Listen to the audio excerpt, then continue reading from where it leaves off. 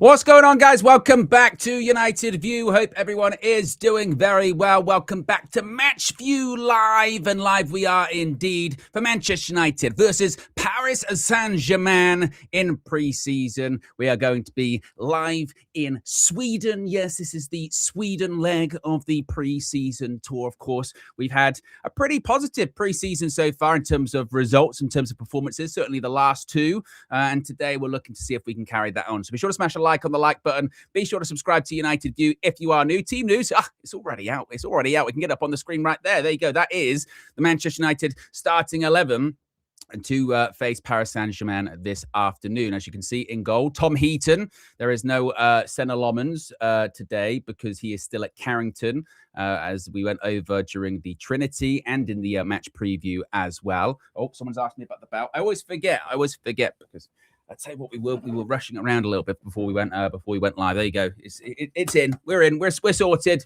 We're sorted. Panic over. So yes, it's Tom Heaton in goal. A back four of Mazraoui, Maguire, Heaven, and Shaw. Lenny Yoro drops out as Mazraoui makes his first pre-season appearance for Manchester United. Interesting, that one, isn't it? Because we've been having the discussion amongst all of us, hadn't we, of this Lenny Yoro right back thing. Is it a real thing? Is it something that Michael Carrick and the coaching staff are looking at? Is it a thing whereby it's just we just didn't have a right back, so we just needed to put him there? It's good for him, just another string for his bow, but it's not going to be probably, fully considered there, because the moment that we do have a sort of more senior right back, it comes straight back in. Mazraoui for Lenny Yoro. So we'll see about that. But apart from that, it's the same defense. It's also the same midfield. Andre Santos, Mason Mount, both very impressive during the last outing against Atletico Madrid. So much so that we had a week of kind of craziness articles going, well, maybe Manchester United won't get that third midfielder because of a Mason Mount remontada. No.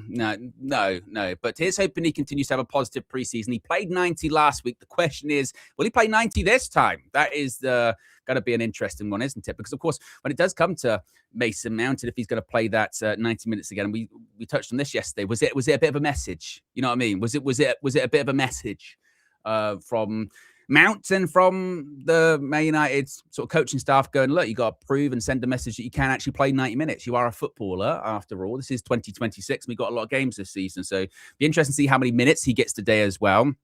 Shea Lacey, once again, starts for Manchester United. Been really impressed with him during this preseason so far. Every preseason, there's that youngster or that academy player that seemingly breaks through and you feel like, oh, this could actually be a big season for them, maybe breaking into the first team on a more consistent basis, certainly not playing every single game. But, whether it was Kobbie Mainoo, the irony is with the Harry Amass one, where it looked like he was going to be involved in preseason, then he did just kind of vanish, didn't he? And now we start to see him a bit more on this preseason again. Had a couple of loan spells, so it'll be interesting to see what happens with Shea Lacey as we get closer and closer to the season. One thing's for certain, though, so far in this preseason, he's done rather well, hasn't he? He's done rather well. Patrick Dorgu also starts on the left-hand side once more.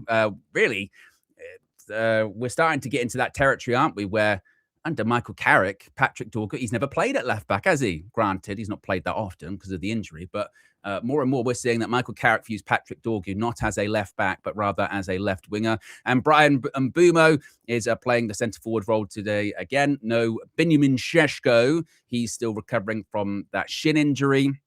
As far as the bench, though, we do have some additions on the bench today in the likes of, look at all of those names on that bench. My goodness me, some standouts include the likes of Diogo Dalot, Lenny Yoro, Bruno Fernandes. We got the Fletchers. Yuri Tielemans is on the bench. He will make his bow for Manchester United today. He will wear the red of Manchester, not the red of Belgium, Manchester, for the first time as he plays Manchester United and gets on the pitch, hopefully at some point. And rounding out the substitutes as well is Joshua Zirkzee.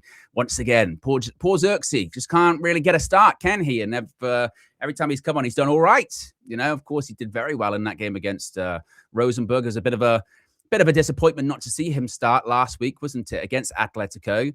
And that followed 7 days of speculation about his future, didn't it? 7 days of speculation about whether he's going back to Italy, speculation about to move to Juventus, speculation about a loan or something along those lines, right? So once again, he doesn't start. So once again, we'll have more discussion, I think, about his future. And I mean, you get the impression, don't you, that there's a deal to be done there with Joshua Zirkzee. Just having a look at the PSG starting 11. It's on the big screen in front of me. What names have we got? We got Safonov, Bolly, Pacho, Zabani, Kukaba, I'm going to say. I mean, to be honest, in terms of the names that you will recognize, Kvaratskhelia plays.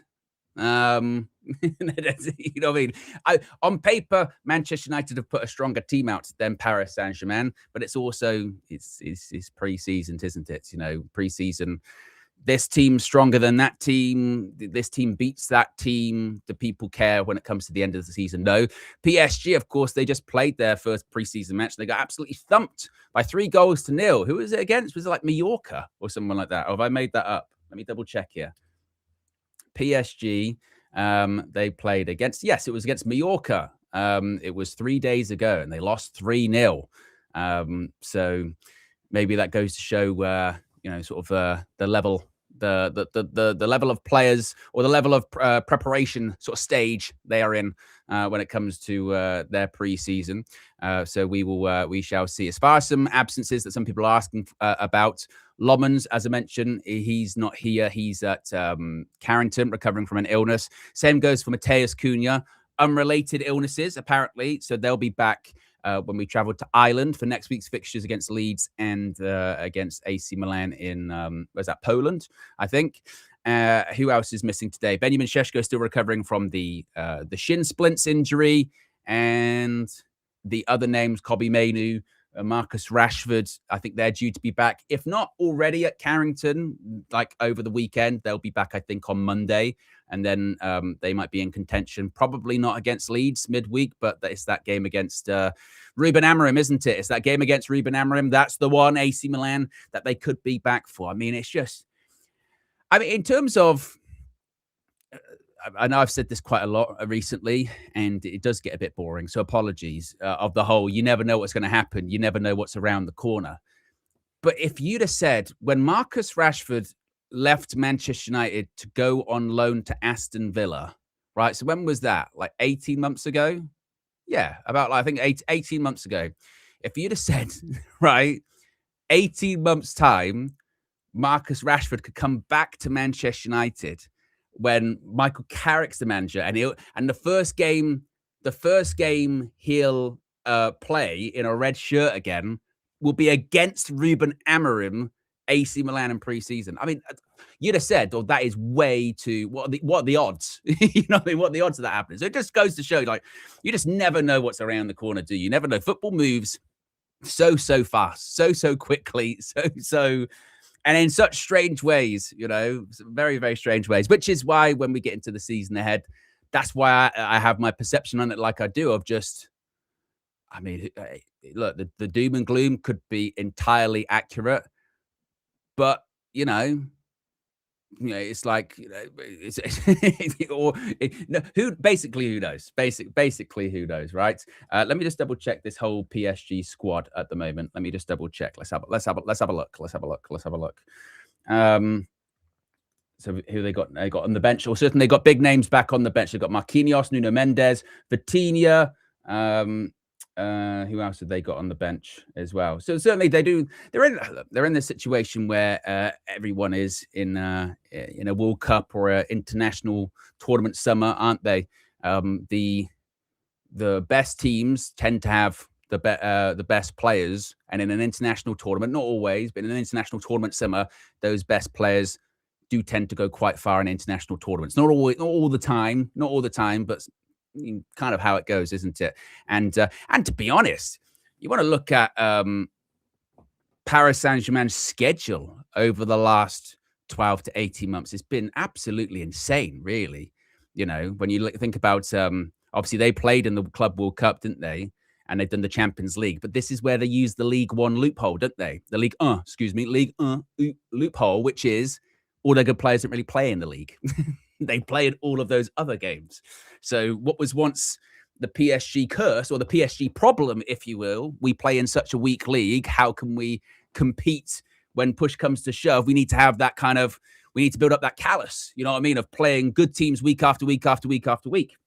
But now they flipped it. They've gone the opposite direction. They've gone, we've got good enough players to win that league fairly easily. We don't even have to play our best players all the time. They can get that rest. They can get that recovery that's needed that in other leagues you just can't get.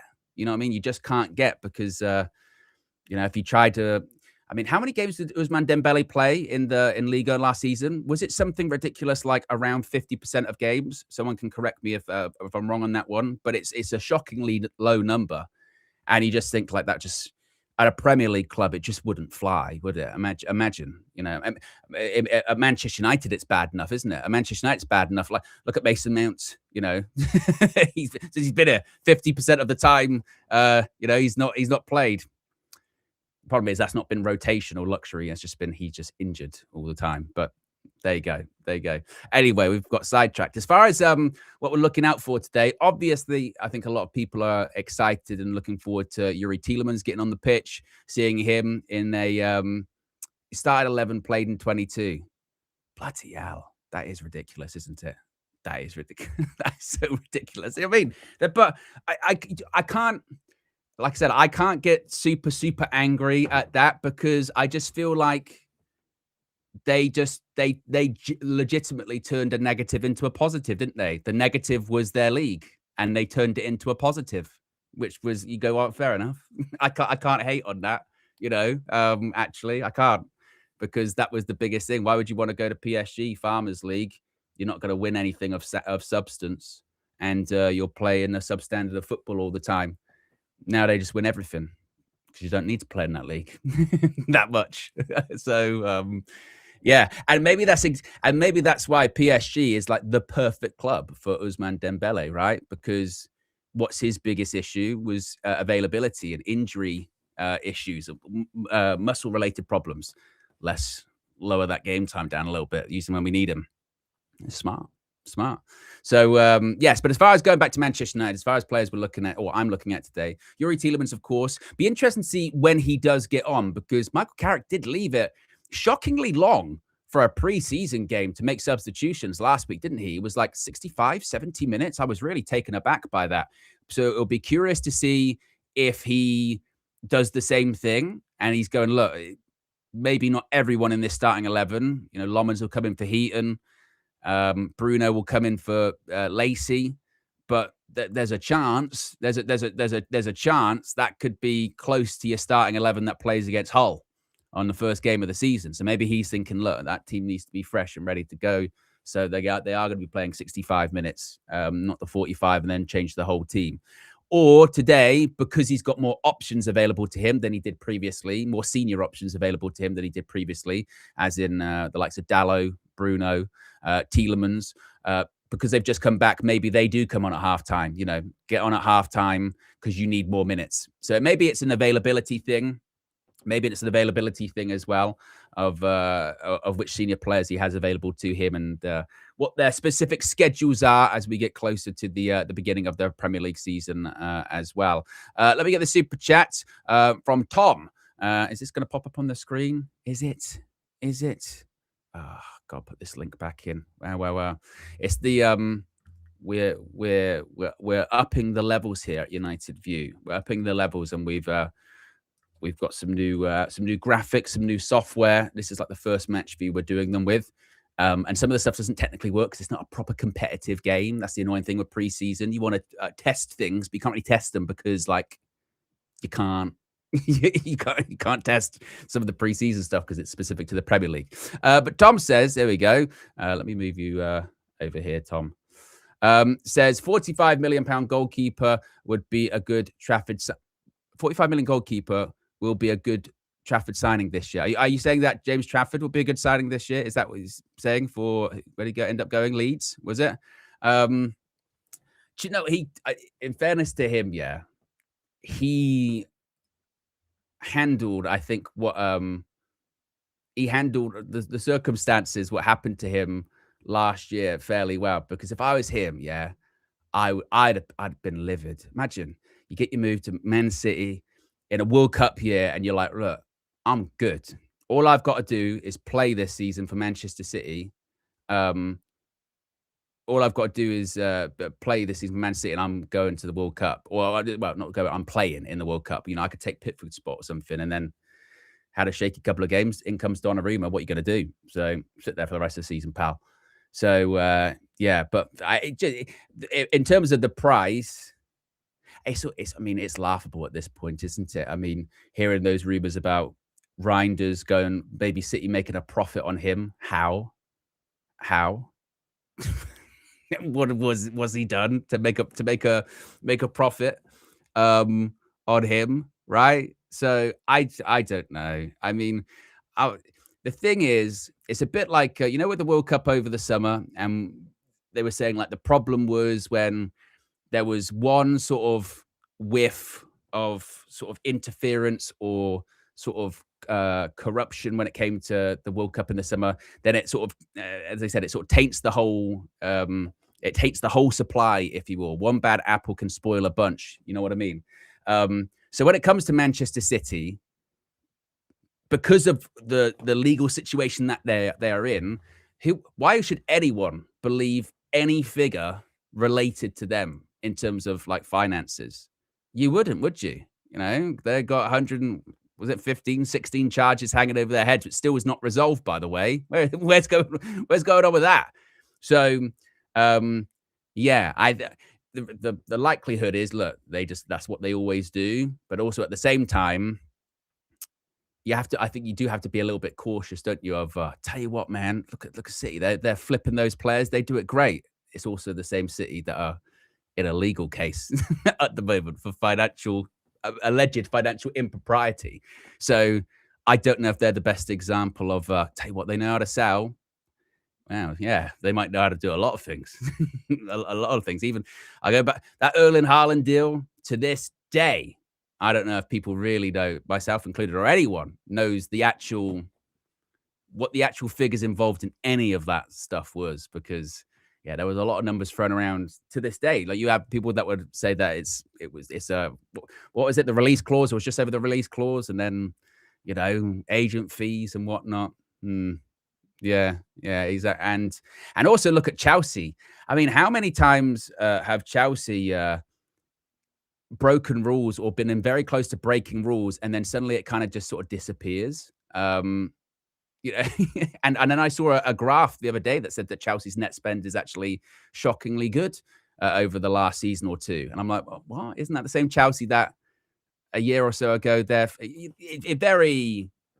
So a lot of the selling stuff, I don't know. I really don't know anymore when it comes to that. KB says, "Hi guys, hi Owen. Is it delusional to think I'm confident with how our season will go despite this lackluster transfer window?" You be you, you know. You be you. Some would say you are being delusional. Some would say you're not. You know, feel how you want to feel. And again, I hold myself accountable to this because I've been just as bad, and I can be just as bad with the whole, no, you shouldn't think that. Oh, well, you shouldn't think what you want, really, can you? I suppose. Maybe we all, myself included, have to try and not stop convincing people to think a certain way and just come to the conclusion of they're going to feel how they're going to feel. Your optimists are going to display optimism. Your negativity people are going to display a lot of negativity, aren't they? 'Tis life. Some people see the glass half full. Some people see it as half empty. Some people want to pick up the glass and smash it on the ground and tell everyone they didn't pour it properly. It's reactions. It's different reactions to all of those things. Indeed. Where are we at in terms of likes? We have got close to 1,400 people watching. We're not even at 200 likes. So if you haven't already, click that like button. If you are just tuning in, that is the Manchester United starting 11 that is starting today in this preseason fixture against the champions, the back-to-back champions of Europe. I was just about to call them the champions of Europe, but actually back-to-back. I was seeing whilst preparing for this game that they've got the 2 stars. They got the 2 stars above the badges now. Paris Saint-Germain and Luis Enrique, of course, when we were discussing coaches and managers and whatnot, Luis Enrique was a name that was brought up, wasn't he? Never going to be, I don't think, able to get him. You know, the only time anyone I think is going to be able to get Luis Enrique at their club is when Luis Enrique decides he wants to leave PSG. I mean, with everything that he's already delivered for them, their whole thing was to win the Champions League. That was their whole big, aim, incentive, project. Not only did he did it back to back as well. Not bad. So I think if you're going to talk about the best coaches in the world, the best managers currently right now going in the game, you'd have to go with Luis Enrique, right? Right now, there's nobody really above, is there? At a top level, he took a situation like this, a PSG, which you get blessed with all of the resources under the sun, but the blessing can also be a bit of a curse, can't it? The blessing that you get all of those things at your fingertips can be a problem that can eat you up. And in fact, Luis Enrique was one of the people to sort of say, well, yes, we can spend money, but they have to be the right people. We have to change our policy, go away from Galacticos, maybe go more domestic, which is smart because the amount of high quality French players is unbelievable, isn't it? And they are also in a league where they can snap up the best players that are coming through Ligue 1. So yeah, for me, Enrique, cream of the crop. What I do really hope for him, and I think he probably would. I think he's spoken about it. I do hope we see him in the Premier League at some point. Obviously, you'd love it to be at a club like Manchester United. Wouldn't that be great? I think that it's a bit, maybe it is a bit, English fans pat ourselves in the back. We got the best league in the world. And then sometimes it's not that competitive. But when you are talking about sort of the greatest coaches of all time, you do think like you have to come and test yourself in the best league in the world. And I think he probably would. I think he would. So maybe one day we'll see Luis Enrique in the Premier League. But managing who? I think this is the really interesting question too. I saw a stat someone put up the other day. It was something from I think it was Sky Sports, and they said like the Bournemouth manager, who I forget his name now, the guy that replaced Iriola, is already like the 12th or 13th longest reigning coach in the Premier League, which is kind of crazy already. And we know just with the Premier League, there's such a high level of turnover of Marco Rosa. Thank you. There's such a high level of turnover of coaches. So when you think of like that top 6, top 7 clubs, statistically, one of them ain't going to be at the job that long. And you do wonder who it's going to be when we're talking about, obviously, Luis Enrique. In the same way that I mentioned it going into the World Cup, and it turned out to be accurate. When you go into a tournament or a season, there's always a couple of people that their reputation takes a hit, doesn't it? And they're not thought of the way they were going into it. The World Cup was like that for Thomas Tuchel, wasn't it? Going into it, I tell you what, this is the first time we've gone in there with a world-class coach. I was in that camp coming out of it. Fuck him. Nagelsmann kind of the same. Out of his depth. Get Jurgen Klopp in at Germany. They were two that just weeks before that World Cup, they're all the rage. Even Don Carlo took a bit of a hit, didn't he? Of going, tell you what, Brazil, they didn't do great. Although I think there was an element of sympathy with him of like, yeah, that team maybe isn't really Brazil, is it? But so it goes the same, I suppose, with managers and coaches and players going into this Premier League season. I really do wonder who those names are going to be that in 3 months' time, 6 months' time, we're talking about in a completely different light than we were 3 months ago, 6 months ago. I wonder who is getting that treatment, because every year it's the same. Okay, now Arne Slot won the Premier League 2 seasons ago, and like his reputation now is so different, so different, to the extent like the way that it's gone for him, it's almost like when Leicester won the Prem. And the sort of narrative coming out of that was, wow, Claudio was there, but I'm not really sure how much that was on him. He just kind of guided it. He just kind of guided that one. But how much was on him? A year later, he's gone, dilly ding, dilly dong. And is the narrative for Arne Slot's kind of gone in that direction, hasn't it? Of, yeah, but it was kind of like Jurgen Klopp set that team up and they didn't actually do any business that summer. The first time they did have to do proper business, and it was probably Arne Slot's team, kind of goes to shit. So yeah, just to get reputation in it. It's just incredible. Absolutely incredible. Avanor with a super chat says, Owen, what's your view on Liverpool signing Araujo from Barcelona? Araujo. How do you say his name properly? Is it Araujo? Araujo? I think it's honestly, and Liverpool fans, I don't know if they probably, well, they won't like this. They just, over the last 12 months, Liverpool are more and more reminding me of Man United over the last decade. Like, when I watch their games, when I see their fan base, the way they talk, obviously with the money that they've spent and with some of the signings that they make, where yesterday we were talking on the Trinity, we were talking about the possibility of signing Endrick, and we were having the debate of, would that be a bit like Woodward-ish of whoa, that comes out of nowhere, but he's from Real Madrid, but it's a little bit different because Endrick's younger and he was this at one point a wonder kid. You could have a bit of a Martin Odegaard situation on your hands where it just doesn't work out at Real Madrid, but he's captain in Arsenal to a Premier League title. He'll be fine.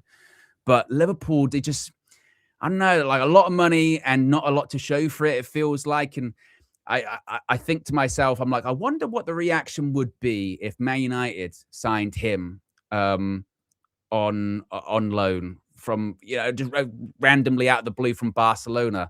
And I think the reaction would probably be the desperate, risky, they don't really have a strategy or a clue. It feels random because it is random. So that's to answer your question, Aminor, that was kind of my thought. My thought was, that just feels a very Man United thing to do. And I can't say I watch enough of Barcelona to say whether that's a good or bad signing. My instincts are, how old is he? I want to say he's older. Araujo. How old is he? 27. Yeah, like I said, just my instincts were obviously can't be terrible because he's at Barcelona. But my other instincts were that doesn't feel like a Liverpool deal to do in the last sort of decade. That feels like a real Man United deal to do in the last decade. And I just want that was my instincts. But I'm also conscious I might just be doing really lazy analysis there. But I think my instincts might be right on that one.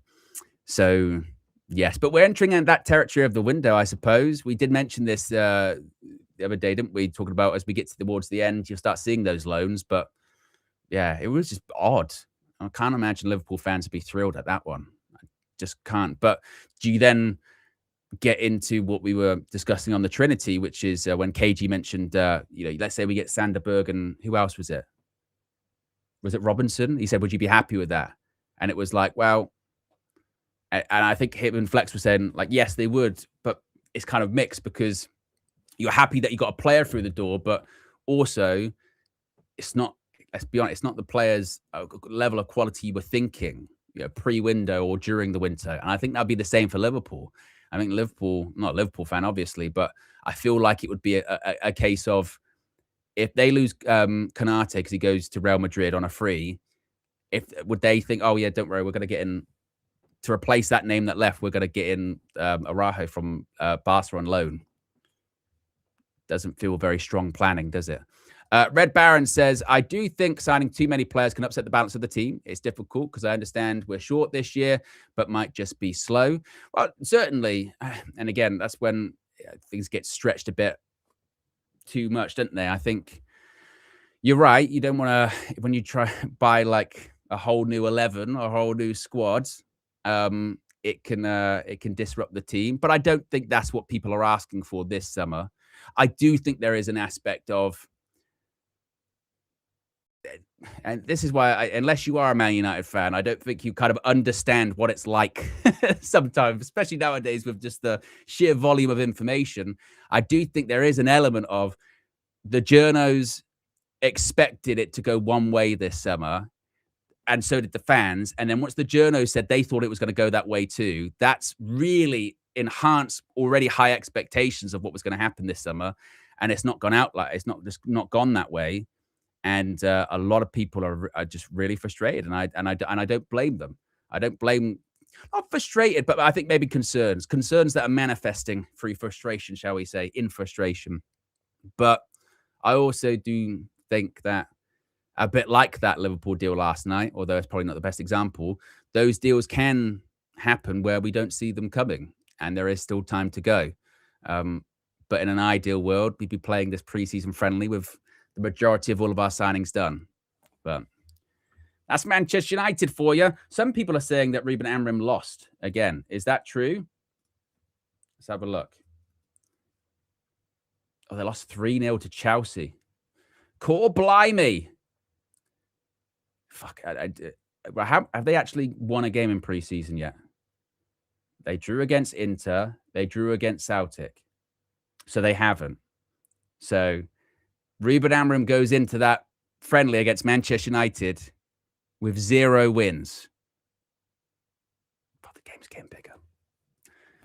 The game's getting bigger. I didn't get to sort of get this out yesterday on the Trinity, but it's an oxymoron game. And what I mean by that is that game, at the same time, it shouldn't be possible to do this. This is like one of those rare like physics things where you go, this shouldn't exist. Like the laws of physics, the laws of science say this shouldn't operate or this shouldn't exist, but it does. This is what this game is. This is the oxymoron game, which is it doesn't matter at all, but it also at the same time kind of means everything. It shouldn't exist. This kind of fixture in preseason shouldn't exist. It doesn't exist. It doesn't. It's not even a thing whereby it doesn't matter in the slightest, but it kind of really does, you know, because especially now, I mean, it's Ruben Amorim anyway. So it was like, we have to suffer 15th place, lose to Spurs, wing backs, you know, all that kind of shit. We need to win. We want to beat that guy. But then on top of that, he hasn't won all the way through preseason. So actually, it can be a thing like, when did he last win a game, actually? Because it could be a thing like he didn't win. The last time he won a game was this. His next win was against Manchester United. When was the last time he won a match? Wait a minute. Because you know those kind of statistics are on the way. If we don't do what we need to do in that preseason friendly, there's going to be a thing of Ruben Amorim's last victory was on this date for Manchester United. His next victory was on this date against Manchester United. I don't need that shit.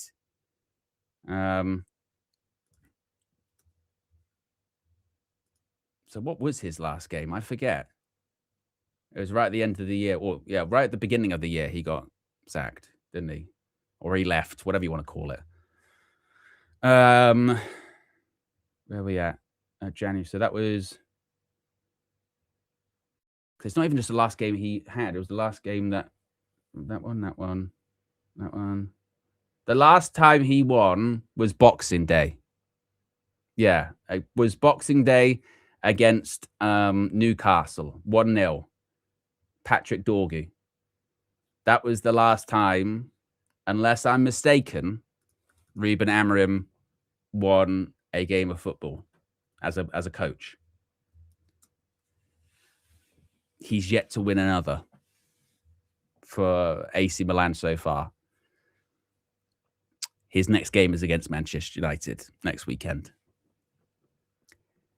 The oxymoron game. It doesn't matter at all, but it means everything. We can't lose that game. We can't, especially now. Especially now. Especially, I mean, it was bad enough just playing him anyway, let alone like he hasn't won yet for AC Milan. Oh God. And if you thought it was bad when like we went out of the FA Cup against Brighton and those comments at the time where the Amorimmers came out of the woodwork and you know, you asked for this, you wanted this, and then disappeared for 6 months. Well, actually, that's not true. They disappeared until we lost against Newcastle. Then they came back. Then they came back and said, see? And he's like, where you been for 3 months? And then we didn't lose again for a while. And then they disappeared again. And then they came back when we lost again. And it was see? And you go like, well, you can't say see if it's only every couple of months. I mean, that's not really, you know what I mean? Imagine that, being on a diet, you know, every 3 months when you eat a donut. See, I told you you'd slip. It's fucking been 3 months, man. I'm doing all right here. I'm down weight. It's not bad. You know, so, come on. And that could be the one that Marcus Rashford is back for. I wonder if we'll see a fired up Marcus Rashford that day. That will be very interesting. We are about 23 minutes away from kickoff. If you are just tuning in, that is the Manchester United starting 11. Flex will be joining me before kickoff as well. It is Tom Heaton in goal. Senna Lomans is still at Carrington or back in Manchester, recovering from illness. What a bad bit of luck for him as well. He came back early. You know what I mean? He came back. He came back early because he cut his holiday short. He wanted to get going, and then he's got an injury. So that's a bit an injury. Illness, excuse me. So, but he'll be back next week. So, yeah, that's a bit frustrating for him. But yes, he'll be back. It is Mazraoui, Maguire, Heaven, and Shaw. Andre Santos, Mason Mount, Ahmad, Shea Lacey, Patrick Dorgu, and Brian Mbumo. We've got some senior players back on the bench, the likes of Dallo, Bruno Fernandes, and Yuri Tielemans, all set to make their first appearances of pre-season. Other names on the bench include the likes of Harry Amas, Lenny Yoro, the Fletcher twins, Joshua Zirkzee as well. So yes. Do you know what I also love? Nowadays, unfortunately, like you just the fun police are in the chat. Owen, get real. That game is worth nothing. Obviously, I mean, God, he pissed on your cornflakes this morning. You know what I mean? No, you know what I mean? The world's gonna end. It's not really gonna end. Well, fuck it. Yeah. Yes. Okay. Imagine you did that at like a theater. Imagine that. You're watching something on stage. None of this is real. Yes. Right, it's the illusion. It's the play. It's the show. It's this. I mean, it's the entertainment. It's what you got to do. You got to try and have fun in life a little bit. You know what I mean? Good grief. Judge yourself. Says Casado could be an interesting third midfielder. I know, right? You're not allowed to have fun. Good grief. Yeah, especially in pre-season. I mean, granted, if you're I can get a little bit more of the serious when you're in the season proper, but in pre-season, that used to be the fun thing. If you ever played, you know, the Sunday League football or the semi-pro football, I used to love pre-season tour. It was always the best. You know, I'm not sure how great it actually was for fitness most of the time, depending on what level you're playing of a Sunday League, what level of football you're playing. Pre-season. The P doesn't really stand for pre; it stands for piss up most of the time. But yeah, pre-season is usually a lot of fun, especially if you do like a tour. Yeah, but then also it used to be kind of counterproductive because if you did go on a pre-season tour and people used to go out just go out, then the next day they had to run, and that was always quite funny. That was always quite humorous, seeing the people that maybe hadn't recovered the way they should have done and then have to do a big run in the heat the next morning while I would go off do goalkeeper training because I'm not running. Screw that. As Danny Luciano says, we are 30 likes away from 300 likes. If you haven't already clicked that like button, we're now under 20 minutes away from kickoff. As Michael Carrick set to face off against Luis Enrique, Manchester United versus the champions of Europe, Paris Saint-Germain. And a pretty strong starting 11, it must be said, for Manchester United, right? I mean, aside Lacey, I mean, Heaton obviously would be replaced by Lomans, but aside from Lacey, it's a team full of, you know, starting or senior players, excuse me, a team full of senior players. So yeah, I'm really interested. I was saying this to Flex the other day. I don't know about you guys, yeah. Maybe it's delusion. Maybe it's just I don't know. But even with, you know, some concerns and reservations, and regardless of how positive or negative you are feeling at the moment, or about the the window or whatnot, I am still excited and just about the season ahead in general, because the World Cup was in the summer, and now we're in this period of time of kind of no football but preseason. I am still like, there's always still good transfer window or not, season ahead. We're going to be back playing games every 3 or 4 days. Seeing Man United back in the Champions League this season. I'm excited. Granted, there's nerves, there's trepidation, but I'm still excited. New season, new horizons, somewhat of a fresh start, maybe. Everyone starts at 0 again, and I'm excited. I'm excited to see the twists and the turns wherever they go.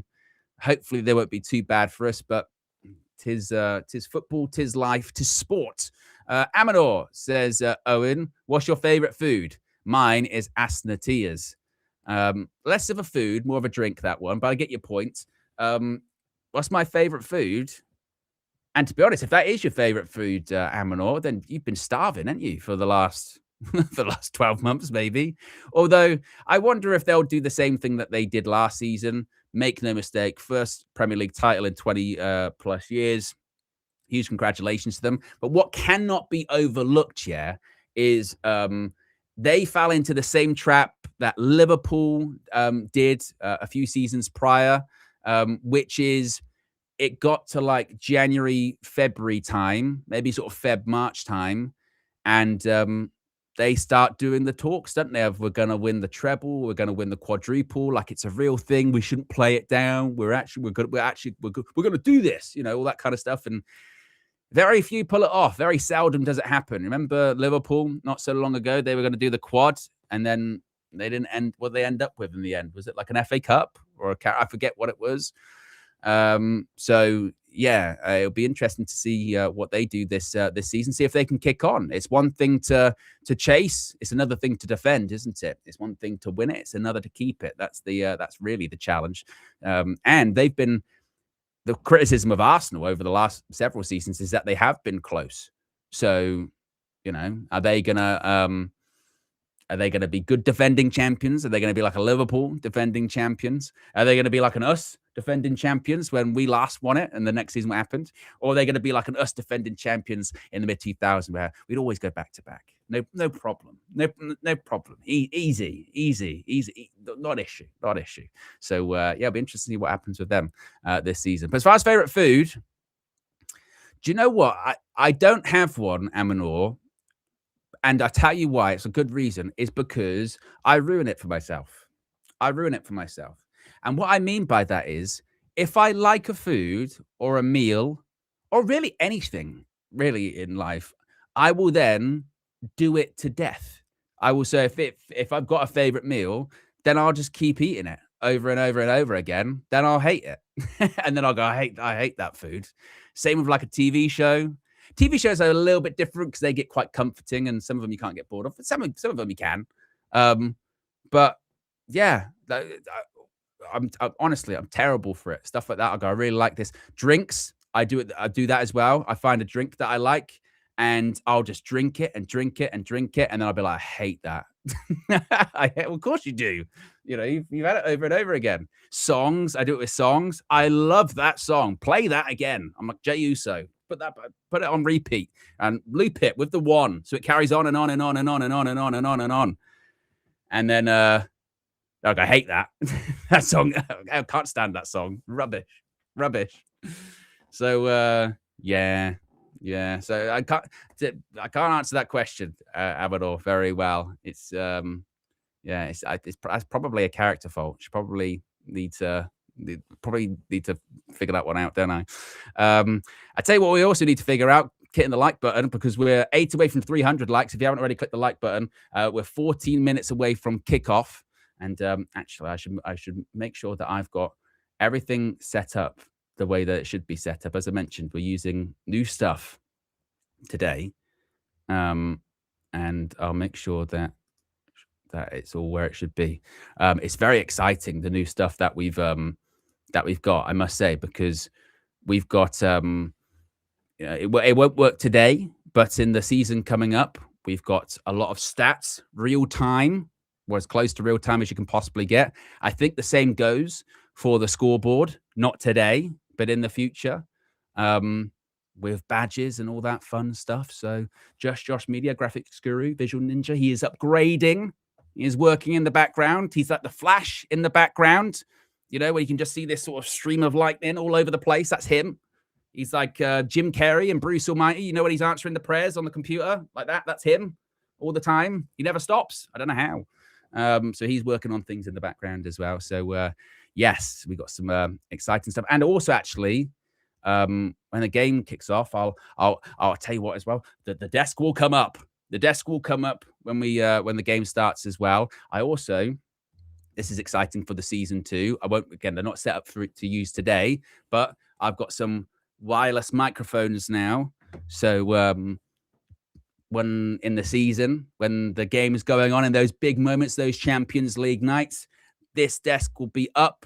We'll have this. We can react how we want to react. We're gonna have it's gonna be a lot of fun. I've got a lot of good plans, exciting stuff for United View coming up this season. It's gonna be, like I said, it's gonna be a fun one. And here's hoping Manchester United can deliver. My goodness me, we've waited a while, haven't we, to be back in the Champions League. We haven't even been back in this. We haven't even been in this format. I mean, that is quite depressing, isn't it? You know, that we are in that Arsenal era. You know, when the Champions League returned to the Emirates and they had those like cringe videos of some fans sort of singing along to the Champions League theme. That's what we'll be like this season. Isn't that, yeah, is it Monday? Monday we get is it the Champions League draw? Have I made that up? Monday's the Champions League draw. Where we find out our fixtures. Champions League draw. I think it is.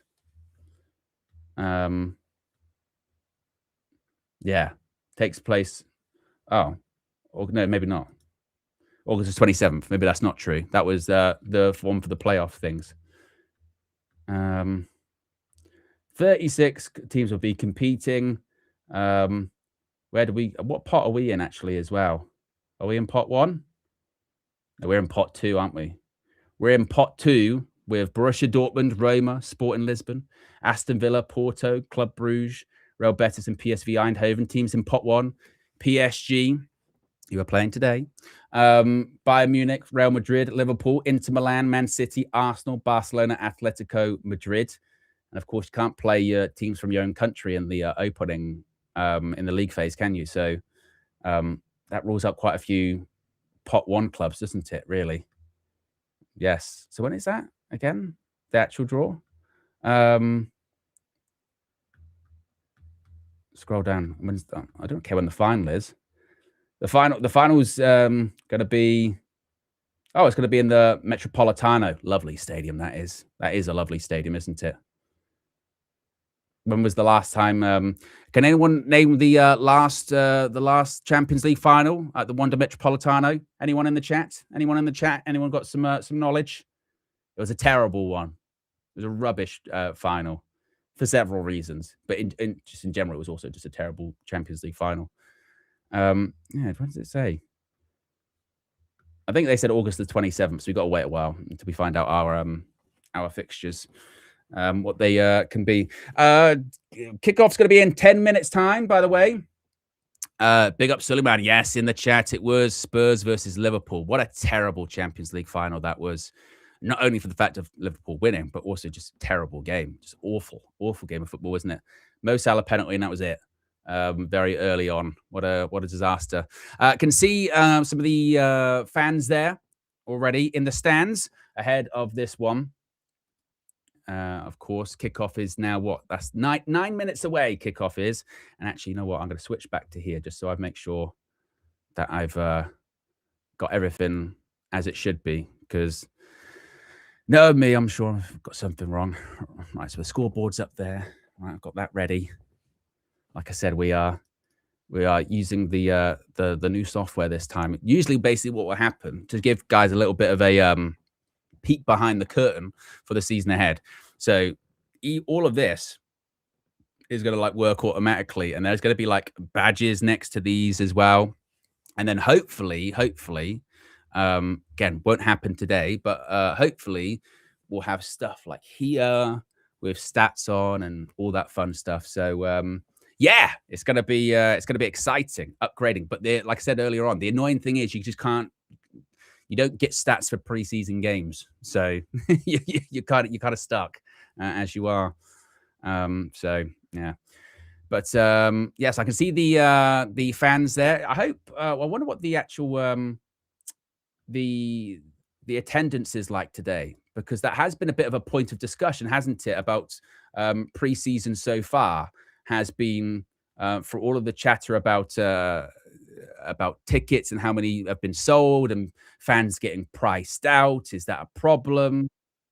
So I think that's something else to consider too, actually, that people aren't talking about enough, because a couple of these matches have been really, really not really well attended, shall we say. A couple of super chats here, make sure I'm caught up. Amanor says, Owen, did you see KG's video of Turkish Ari Vini? I haven't seen that. No. Was it good? I haven't seen it. I haven't seen that one. You can let me know. Or someone can. I'll watch it afterwards. Daniel Luciano says, excited to see Amram's boy Carrick coach today. It's Flex's. Remember, it's Flex's boy. It's Flex's boy. Remember, this Flex's boy is who it is. You've got to make sure you get those things right. Amador, honestly, your boy Flex, your boy. I like Amador makes me laugh, even though he's maybe a bit of a strange man, But will the Mr. 906, Mr. 906, always horizontal, never vertical. That's Amador. Yeah. Oh man, how far are we away from kickoff? 7 minutes away from kickoff. If you haven't already, click the like button. I'm making sure I've got everything in place where it needs to be. Like I said, Flex will be joining us very, very shortly. So when he does, I'll make sure that he gets pulled into the show as well. There you go, with the what you call it and the thingy. I'll make sure that's on max. Right, I can see my screen. I can see the PSG players coming out right now, walking out onto the pitch. I just saw their Marquinhos in the tunnel for them, as they are all taking a seat. Make sure I got this.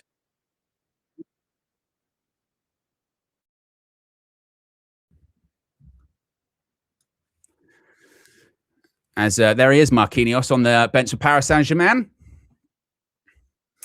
Danny Luciano says, I know, but I had to. I know. Yes. Well, when Flex arrives, you can. I'm sure Amanor will. Oh, if anything bad happens, I'm sure Amanor will mention that it's Flex's boy. Remember, it's not. He's not even the Man United head coach. Actually, that's his official title. People don't realize. Yeah. He's not the Manchester United head coach. He's actually just Flex's boy. That's when they have those little sort of final third graphics, when it sort of comes up, it'll just say Michael Carrick instead of Manchester United coach, Flex's boy. That's what it will be. I could see the Manchester United goalkeepers going to sit on the bench. Goalkeepers Union representing, of course. There is Luis Enrique. For me, best coach in world football right now. Don't think that can be argued, can it? But I mean, like I said, football is a what have you done for me lately kind of business, isn't it? Oh, I got to rise.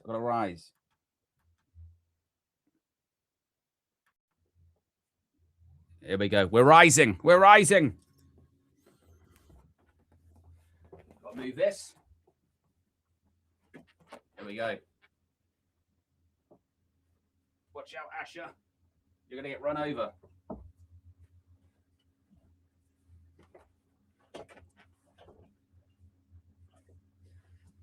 Here we go. That's how you know it's match day. Right, the players coming out onto the pitch. A rise indeed. Christopher the Don, yes, you know. I'm also as well, we're going to do some more upgrades in here, I think, with this. It's going to move back a bit, so we're going to have so much room for activities. If you get that reference, let me know in the chat. Bryant says, any reason why first and second goalkeepers haven't played? As far as Lomans, it's because he's just getting back from the World Cup and he's ill. He's back at Carrington at the moment. He's ill, but he's going to be available next week. And then we had this discussion previously. I guess Carl Darlow is the backup. I don't have a good answer for that one. I don't know. But I mentioned before, I'm not really thrilled with Darlow being as a backup. I just feel like at United, the backup should maybe be a bit of a high quality. But I'm also of the mindset that I'm not really a big advocate of like cut goalkeepers. If yes, people get the reference in the chat. Yeah, I'm an advocate of just if your goalkeeper's your goalkeeper, just play him. You know what I mean? Let me make sure I got my volume whacked up so I can hear. Oh, it's because I'm on the wrong one. That's why. Lacey in the 10 has been interesting. I like it. I mean, yeah, I mean, he's an interesting one, Shea Lacey, isn't he? Obviously, he's played off the right before. In the 10 is quite interesting because it means he can just drift across the front line. Let's be honest. He's a placeholder for Bruno Fernandes. Bruno will get minutes today, and no one really dispels or displaces Bruno, do they? But it's always, this is one of the exciting things of preseason is that we get to see youngsters and academy players that we wouldn't usually get to see play with the senior pros. A little bit of a glimpse into the future. Brian Mbumo's got the long sleeved on today. I couldn't wear a long sleeve in the summer unless the temperature had taken a proper hit and it was raining. I'd just be boiling. It'd be bad enough playing in goal with a long sleeved. But I could never wear short sleeve in goal. Could never wear short sleeve in goal. Never.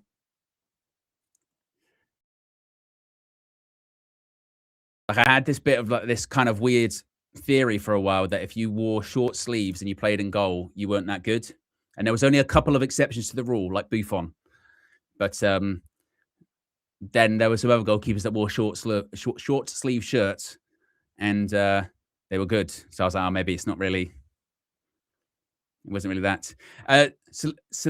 Soliloquy says, with long sleeve, you have the choice to roll it up, Owen. You like choice, don't you? I did. I would pull up. I wasn't a roll up. I'd pull up to the sometimes sort of 3/4. That was be my way.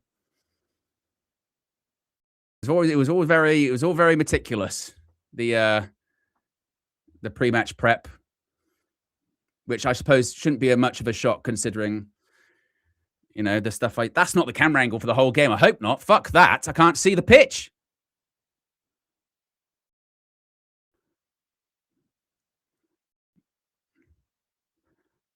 I'm just waiting to figure out if that's actually a thing.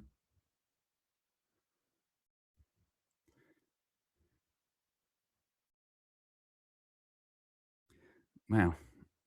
Flexing the thing, but you haven't got your camera on Fleck or whatever. Yeah. I feel like there might be some Flecknology going on. Are we off? All right, we are off now.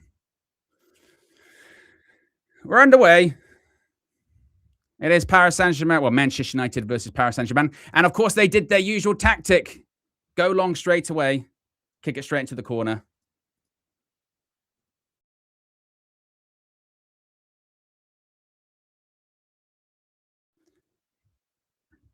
Kick up the pitch as a header. I'm going to get the ball down. Yeah, hold it. You could hear the calls of hold. There you go. Boomer's going to be played through by Dorgu. That's a foul in the end. Flex is on his way. I think he's technically in the background. I don't know if he knows I can hear him eating. I can hear him eating. He just typed in LOL. Yeah, I can hear you eat. You're chewing in my ear, pal. If you haven't already, click the like button. Be sure to subscribe to United View.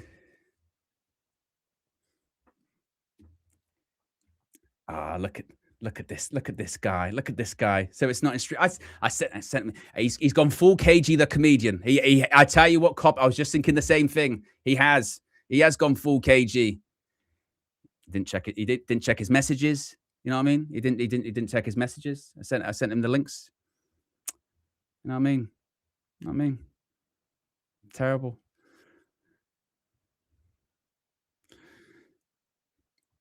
Switch by PSG. Pass Mazraoui. Whoa, 1-0. 1-0 PSG. First attack, first goal. And just like that, Manchester United 1-0 down. Flag stayed down. Doesn't matter, actually, does it? Of course, because it's going to be no VAR on this one. Right start. Let's see this one back. There's been just nothing happen, literally. First real attack. Here we go. Switched across the pitch. I felt Mazraoui. Ah, he's onside. He's onside. Aiden Heaven just... Yeah, Aiden Heaven just doesn't see him coming at all. Ball across goal. I don't think he has a clue where he is. Not a clue whatsoever.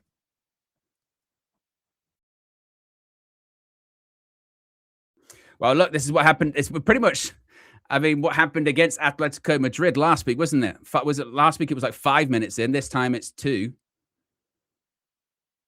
Here we go again. PSG, they're on another attack here. Here's a shot. Kvaratskhelia. Heaton. He spills it. He's got to get out. God, he's looking at every age of nearly like 40 years old there.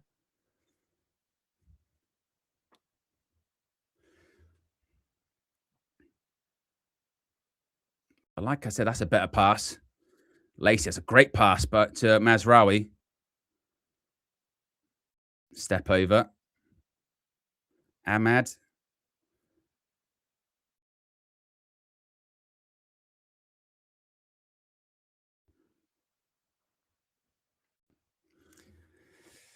So just like last week, Manchester United got to recover from going going 1-0 down,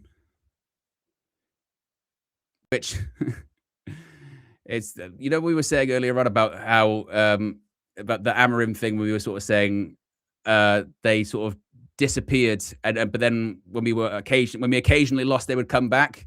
This is what's going to be quite interesting, because in a time which there's frustration or maybe concern about transfers, every time you go 1-0 down in a preseason friendly, it's going to be, see, this is why we need players. Right, now I've got to bring Flex in here. Cameras. Put you there. Boom. Then save. And then this should...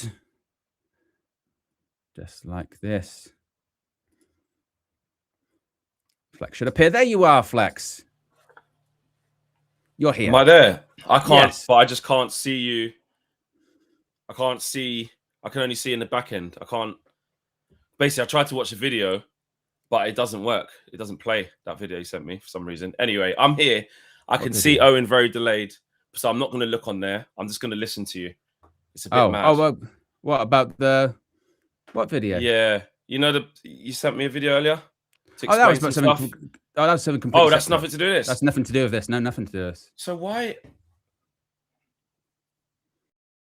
I don't understand. I should be seeing you, but no, you shouldn't, because you're seeing the match. Yeah, so we just can't see each other. No, but I can switch it at half time because we don't need to see each other at the moment. Right. Oh, okay. Right. Perfect. That's what threw me off. Right. Okay. Cool. Yeah. Cool. All right. Perfect.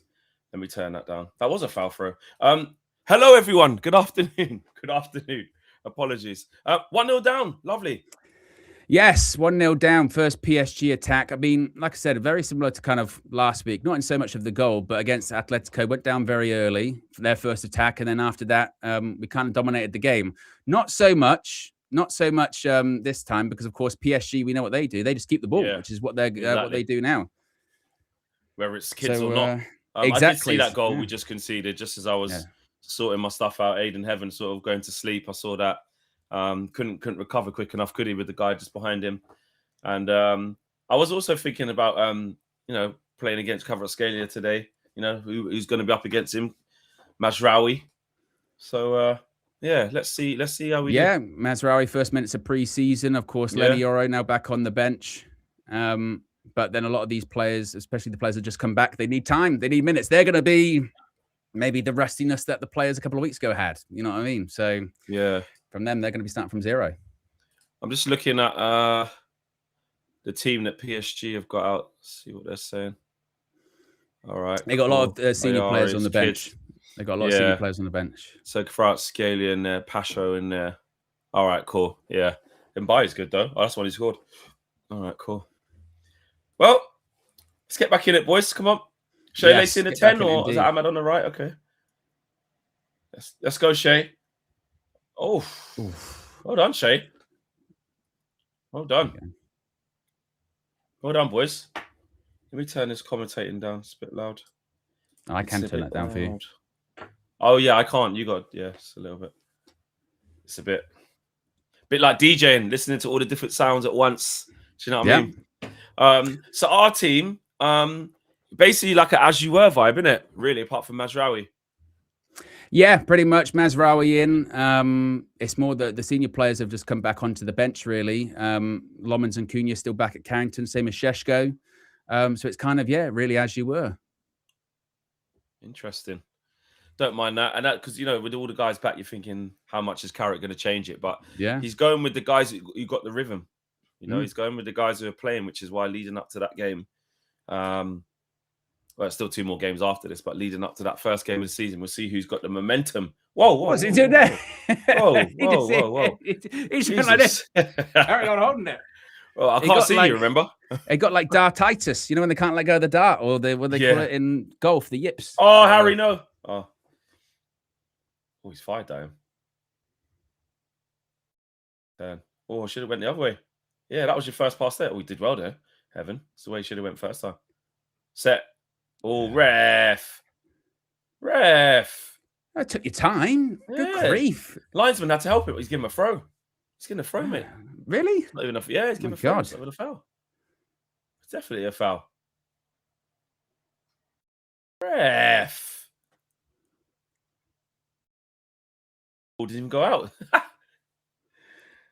Oh, God. We retain possession just. Hope you don't give it away from the throw. Like that. Oh, hold on. Daniel Luke says, timer off for Eddie. It was off for a second, but I think I fixed it. I think it's sorted now. Yeah, because when you said the goal, I was logging in, I heard the goal went in. I was like, oh, you're a bit behind. Yeah, but I think it's fixed now. Okay, cool. But like I said earlier on, this is the first time we're sorting all this stuff out, and it's difficult because some of it you can't test until the Premier League starts because they don't have a lot of stuff pre-season, if that makes sense. Yeah. You know, like if you went to try and find stats for this game, you wouldn't be able to find them. That kind of thing. Yeah, this is not there. It's a pre-season game, so yeah. I need to. I'm too big as well. I don't like that. Hold on. Why has that happened? Why am I all of a sudden I'm just massive? Flecknology. Like that. I know. It's because of this this link here. Yeah, iMac. It is that one. It's just massive for some reason. Not that. That's the desk view. OBS camera, it ain't that. Oh, there you go. So look, then I've just refreshed it, and then it's made me little again. That was weird. Flecknology, mate. Flecknology. See? So it's just these stupid things. You spend money on a computer that bloody doesn't remember your last settings like it does every single time you log in. Stupid. Wow. You know. Stadium there, a couple buildings around the stadium. I know, but once again, I was just about to say how sort of quiet it is out on the. You can hear all the players again, and it's not a sellout. Certainly, once more. I mean, usually these pre-season fixtures and tours, particularly a game like Man United versus PSG, would fetch a vast crowd. Not so much. Yeah, not really. That's a tough arts, that one. Go on, pick up some space. Guys all around him. Yeah, guys all around him. Unlucky Shay. Yeah, he did well last week. Oof. Oh, they're rusty, Owen. Come on. Yeah, that's what I mean. Pre-season, mate. Yeah, that is the one, isn't it? He had such a strange road, the PSG goalkeeper. He has, isn't it? They bought the other guy. Was it Chevalier? I think I say his name, and was meant to be the Donnarumma replacement. Well done. Better of his feet and all that kind of jazz. And then it's the backup got his way in.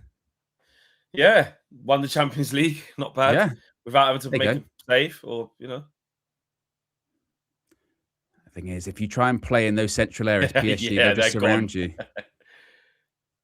Just not going to have that time. Like that. And this is the third streak. Oh, he's got to be off, surely. Hopefully. They all stepped up at the same time. Close, yeah. I think they just about got it right. Good line. Carrick having a little lean. Yeah. Chilling. Just lean. Chilling, mate. Yeah. Chilling. Wow. Don't need to do anything silly. Yeah. Chilling. Just relax. Little lean. Yeah. Yeah, why not? Oh, I can see it in the back end. You did it like 8 seconds later. Yeah. Yeah. It's really quiet, all these preseason games. Yeah. Well, I think a lot of people were just sort of saying, time's tough. It's been a World Cup summer. It's not cheap to go to these games. Oh, what a ball, Harry. What a ball. Oh, good take on as well. Cross goal. Oh, well done, dog. You've done everything right. Harry Maguire. Handball. Handball. Yeah. That was not only a great pass by Maguire, but actually, Dorgu's feet there was brilliant. Yeah, it was. Little shift. See you later. Yeah. Great ball, that. Good touch. See you later. Was that a little bit of handball from Dorgu as well? Wasn't even a terrible ball into the box as well. No, it wasn't. Turn. Well done. Well done. Oof, God. Oh, the pass is in between both of them, Brian. Yeah. Well done, man. Get him going again. Come on. I said, I'm surprised they're going with the long sleeves, man. Yeah, might be. He's the only one, isn't it? Some players just like long sleeves a lot of the time. And Boomer's got the long sleeves as well. Oh, Ahmad is and the Boomer. Yeah. Some players just prefer the feel of it. They just prefer. Rubbish goal to concede that. Look how young that Jerome kid looks. He looks young. Really poor goal to concede. Yeah. But Aiden Heaven would be really disappointed by that as well. Got to pay attention. Yeah, because he kind of knew he was there, but the recovery to sort his feet out, he just couldn't quite get there. Well done, Luke. Covered.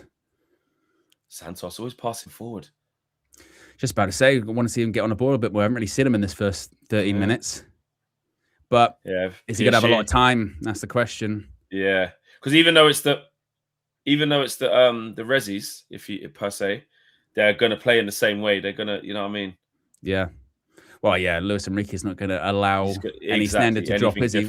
Oh, you're 20 years old. You don't have to do your job properly then. No, absolutely not. Oh, what ball. Well done, Aiden. Oh, shit. Dorgu's out there now. Look at this. Dorgu's on the right. Carrick ball. I don't know where anyone is, Owen. It's too much rotation. It's too much evolution under Carrick. I don't know where anyone is. Just vibes, Flex. Just vibes. There's no plan. Yeah, just accidentally went there. Yeah. Mason Mount. Good pass by Mason Mount. Yeah, there you go. On the back foot. Oh, lovely, Mace. Don't need another midfielder, bro. We've got to start giving Mizuno Mace's props.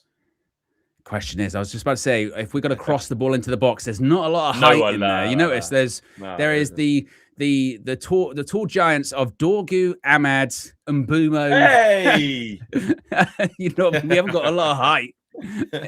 And Shea Lacey, there's not a lot of height in those forward positions, is there? No, it's got to be the old school Man City cutback. Yeah. Oh, Aiden. Oh, Aiden. Good grief. Oh, Aiden, you give it away. Oh, he's in. 3v2. Now 3v3. Oh, Santos, well done. It's Aiden. He puts his hands up. Yeah, it's just clumsy. Yeah, he's not had a great. No, he's not. To be fit, but then the couple passes before that were really good. He's played forward a few times, which I've just seen, and they've hit the target. Big switch of play into people's feet. But this one, he'd give it away, and then he's tried to. Bloody hell! It's really rash. Really, really. I mean, he'd probably get red card if that's a really bad tackle. I'm not gonna lie. Did he catch him high? Did he catch him high? I think it's more cynical. I don't think it's like that's a really bad tackle. It's on the border. I don't think it's a red though. I think if VAR could have another look at that, because there's only so many angles of this we've got. Yeah, you know what I mean. In the Prem, there'll be some in the Prem next level. He would be on a knife edge right now if he was there. I thought it was Prem. And these are the things where obviously, it's Kvaratskhelia still down. Well. Yeah, got to respect the big man. Hey, it's only pre-season, man. I know, I think he lost it and then kind of panics, doesn't he? He kind of does that thing of it's got on my feet. I'm going to just get it back quickly, but he lunges, and I think I don't know if it's both feet get off the floor. That was kind of my. Yeah, no, it wasn't like off the floor and down. It was just overstretching because he's trying to win the ball back. But yeah, they're loving this block, aren't they, from Andre Santos? No. They really are loving it. Wasn't that good? Shows what we bought for 50 million, mate. Yeah. You know what I mean? So that's what he bought 50 million. That is when you have to wonder about, like, you know, the Man United broadcasting, because they probably knew that was a bad tackle because they kind of refused to show it that often, did they? Yeah. Instead, focused on the Andre Santos block. Watch the ball coming in. Ball in. Good ball. Well done, Harry.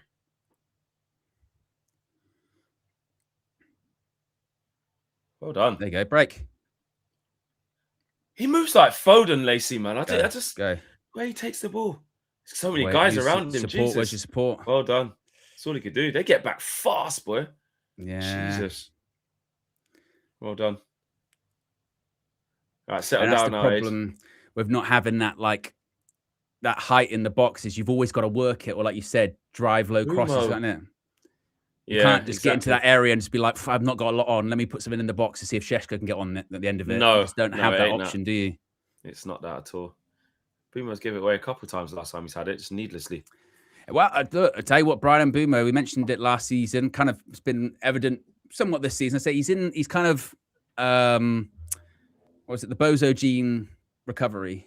That's where he's kind of dealing with at the moment, because it infected him towards the end of last season properly, the bozo gene. It did. He was just like snatching at things, isn't it? Like, yeah.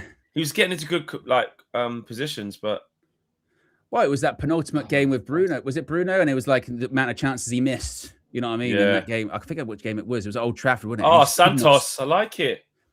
He just couldn't score. Couldn't score, yeah. No, it was when Bruno was going to get the record in the game. Yeah. He should have got it in. He should have went over the record. Yeah. There you go. Step forward. Ref! Well done. Oh, he's kicked it on him. Free kick. Where's their yellow cards? Caught him after the ball, ref. Where's the card? Where's the card? First card. 26-37. What's the card? What about that time they fouled Nusair? They fouled Nusair right there. Oh, it's off the ball. That would be weird for Ty, isn't it? Because he doesn't have to rely on history anymore. So I wonder what he'll do. No. You know what I mean? You know, like before he had to go like 2004. Yeah. Well, when he elbowed Lauren in the face, you know, that kind of stuff. Yeah. But now he can just go like. Oh, Owen, hold on a minute. Hold on a minute. Mason Mount's just come off injured, mate. Fletcher's just come on. Tyler Fletcher's just come on. Hold on a minute. If we're talking about the dark days, just precautionary, mate. Just precautionary. And I've had a look. I mean, Dr. Andre had a check. But all while we were talking about that, Mason Mount has just taken his boots off and come off. Now, what we're going to say is this is precautionary. This is to make sure that we're not doing anything silly and everything will be fine, Owen. So don't lose your shit. It'll be fine. Let his free kick play out. Oh! Got it on target. It's not a shock. Obviously, look, feel really bad for him if he is injured. Well, we don't know if he's injured. We don't know. I said if. Said if. No, but he said it's not a shock. You know, it's not a shock that in pre-season someone might have a little knock and just come off the pitch. I didn't finish my sentence. I said it's not a shock if he's injured. It's not a shock. But this is why, you know, when we were saying the other day about there's just no way that report about they're not going to get a third midfielder because Mason Mount. This is why that was bullshit at the time, wasn't it? Which wasn't true. You know what you feel? You know what also is like as well? It's like you can get like maybe a couple of reminders during, you know, like, so him getting a knock where hopefully he's all right, just gives you that little flashpoint, hopefully, that it's like, oh yeah, remember, like at any moment, like this can change. Yeah. So it was the same with like Anthony Martial, wasn't it? It was just like and look, here's hoping it is like you said, Flex. It's precautionary. He played 90 in the last game. You know, maybe it's you always done for 20. It would be very odd. We're marking you for 20 minutes today, and you're starting. That would be very weird, but not impossible. But this is why, like you just said, when that report came out about Mason Mount, well, he's had a good preseason. The article at the time was bollocks, wasn't it? Because not because you're waiting for him to get hurt. It's just, you know what I mean, history's there. When we worked out the maths the other day, and you know, you and I are not great at when we figured out the maths, but you know, when we figured out that Mason Mount had missed like 50% of his Man United games. Yep. How on earth would you then see like, you know, 3 preseason games that he's played well and go, well, we don't need anything. You know what I mean? That's why you'd like to think that's why that's obviously not going to happen. Yeah, exactly. But, you know, stranger things have happened, and would all lose our shit if that happened. To be fair, none of us would be having that. Do you know what I mean? How do you think we've been since the goal? Been all right? It's kind of just probed a little pre-season. bit. Yeah, pre-season. I mean, we actually a couple of good plays going forward. Good couple of switches of play from Maguire. Yeah. We're trying. He's in. Got it cross goal. Oh, he's not in. It does feel like a couple. They're looking for that ball in behind Boomer to run onto, or Ahmad or Dorgu to run onto, which has actually worked a couple of times. It just feels like, ironically enough, like when Mbumo's making the run in behind, there's nobody in the box to get it to. Is there? It just feels need a bit more. And I want to see the midfielders get on the ball a little bit more. But one's not on the pitch now. You know? Yeah. I know. Took both boots off. Just thought, no, I'm coming off, mate. Hopefully it's a precaution. We didn't see the image long. We didn't see like the. Well done. Can you get it through there? Good pass. Take a good time. One more. Oh. Well done, Ahmed. Making good decisions, Ahmed. That's a good ball. Oh, how did it go there? Was that off Dorgu? Yeah, There's a chance. We're probing. Yeah. I think we've been like Aiden Heaven's made a couple of mistakes since the goal and for the goal. But other than that, we've like passed forward, playing with a bit of intensity, bit of zip. Well, this is what it was a bit like last week. Last week, our build-up play was really, really good. It did feel like a little bit we'd actually missed quite a few chances. There you go. It's got to be off, innit? Yeah, it's got to be off. Our build-up play was pretty good. It just feels we feel a bit toothless as the sort of final thirdish. Yeah. Final action. The build-up plays kind of all right. But a bad free kick by Mbumo as well. Yeah, on target. Keep aside. Yeah, commentators are picking up on it. They're saying that Dorgu is playing in like quite narrow. Yeah. I don't know if that's a ploy just because we're playing against these. That's better. Yeah, that's where he's comfortable. And listen, he's going to make mistakes on the ball. You know what I mean? Oh, of course. Well done, Ahmad. Lovely. Ref, lovely. Well done. I like. Obviously, it's you want to win the game, you want to score goals, create chances. But I am interested. I do want to see like our general play. Like like. Are we moving it? Tyler, that went on pass. Are we moving the ball quick? Are we moving it crisp? And we are playing with a bit of intent. Santos, nice pass again as well. Oh yeah, doesn't really put a foot wrong, Santos. I keep seeing. Last week it was probably the best performance of pre-season so far. Maybe this week, maybe not matched it so much yet, but it's also different philosophies you're going up against as well, aren't you? I mean, yeah, exactly. Talk about different philosophy. Luis Enrique and Diego Simeone, you couldn't get more different from each other, no. could you?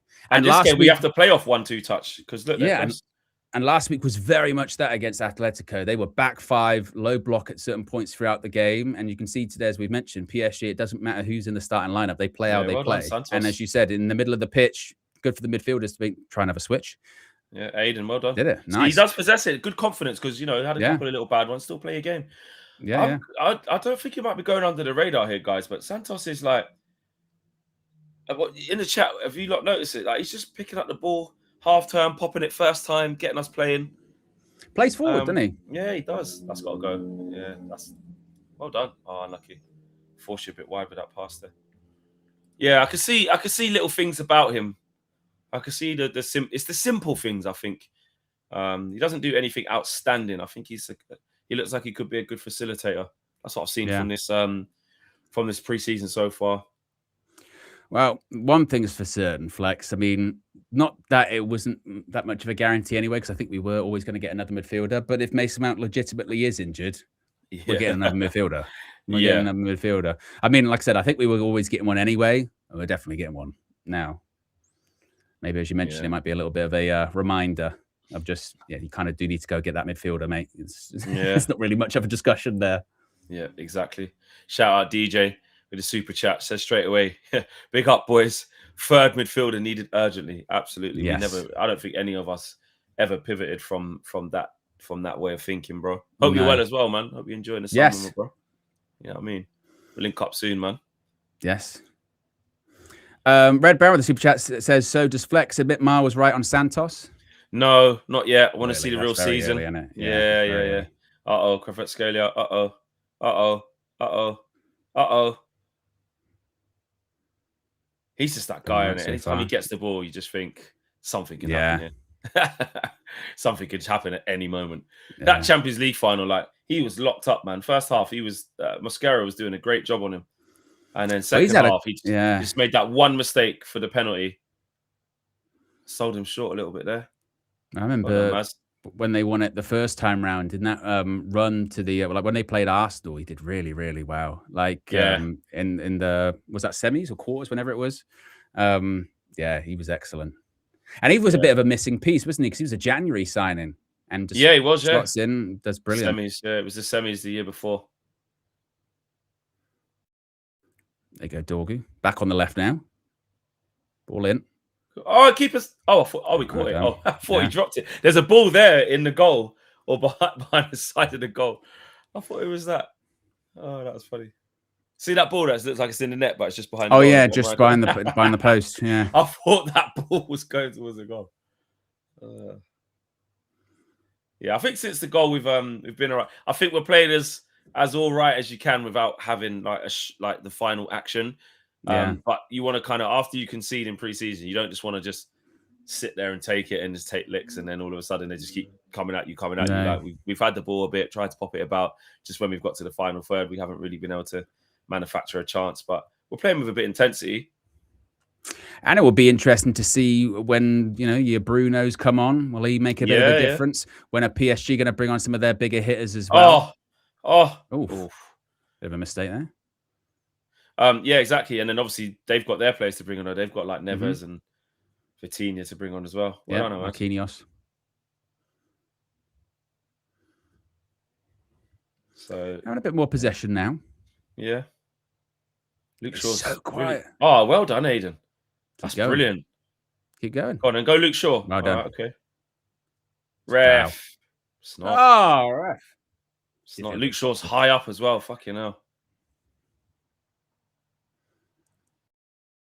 It is quiet. PSG are proper in pre-season vibes, aren't they? Look at them. Yeah. They are proper. Just keep the ball. You know what I mean? bit different to when you see them full flow when it's Kvaratskhelia, Dembele, Barcola, or Dembele, bloody Doué. Or the midfield free, Ruiz, fucking picking up the popping ball, it about, doing bleep tests, fucking 90 minutes, can't get the ball. Yeah. Every time you pick up the ball, Vitinha just appears out of nowhere. You go, where did he come from? Yeah, I haven't seen the seeding or looked enough to see, or if it's possible to know yet, like who we could get. Yes, we could get. PSG could be one of them because they're in pot 1. We're in pot 2. So we can get any team from pot. Well, one team from pot 1. Is it how many? Do you get a team from each pot? I don't know, how does it work? I'm not sure. I don't. But I did when I checked earlier on. There's a lot of English teams in pot 1 as well. So there's only a few. And we can't get them. Teams. We can't get them, can we? Yeah. So there's only a sort of select few European teams that we could. I mean, PSG, like Bayern, obviously your Madrids and your Barças, and then I think like the rest are like pretty much all English teams. Yeah, it'd be Liverpool, City, Arsenal, Villa.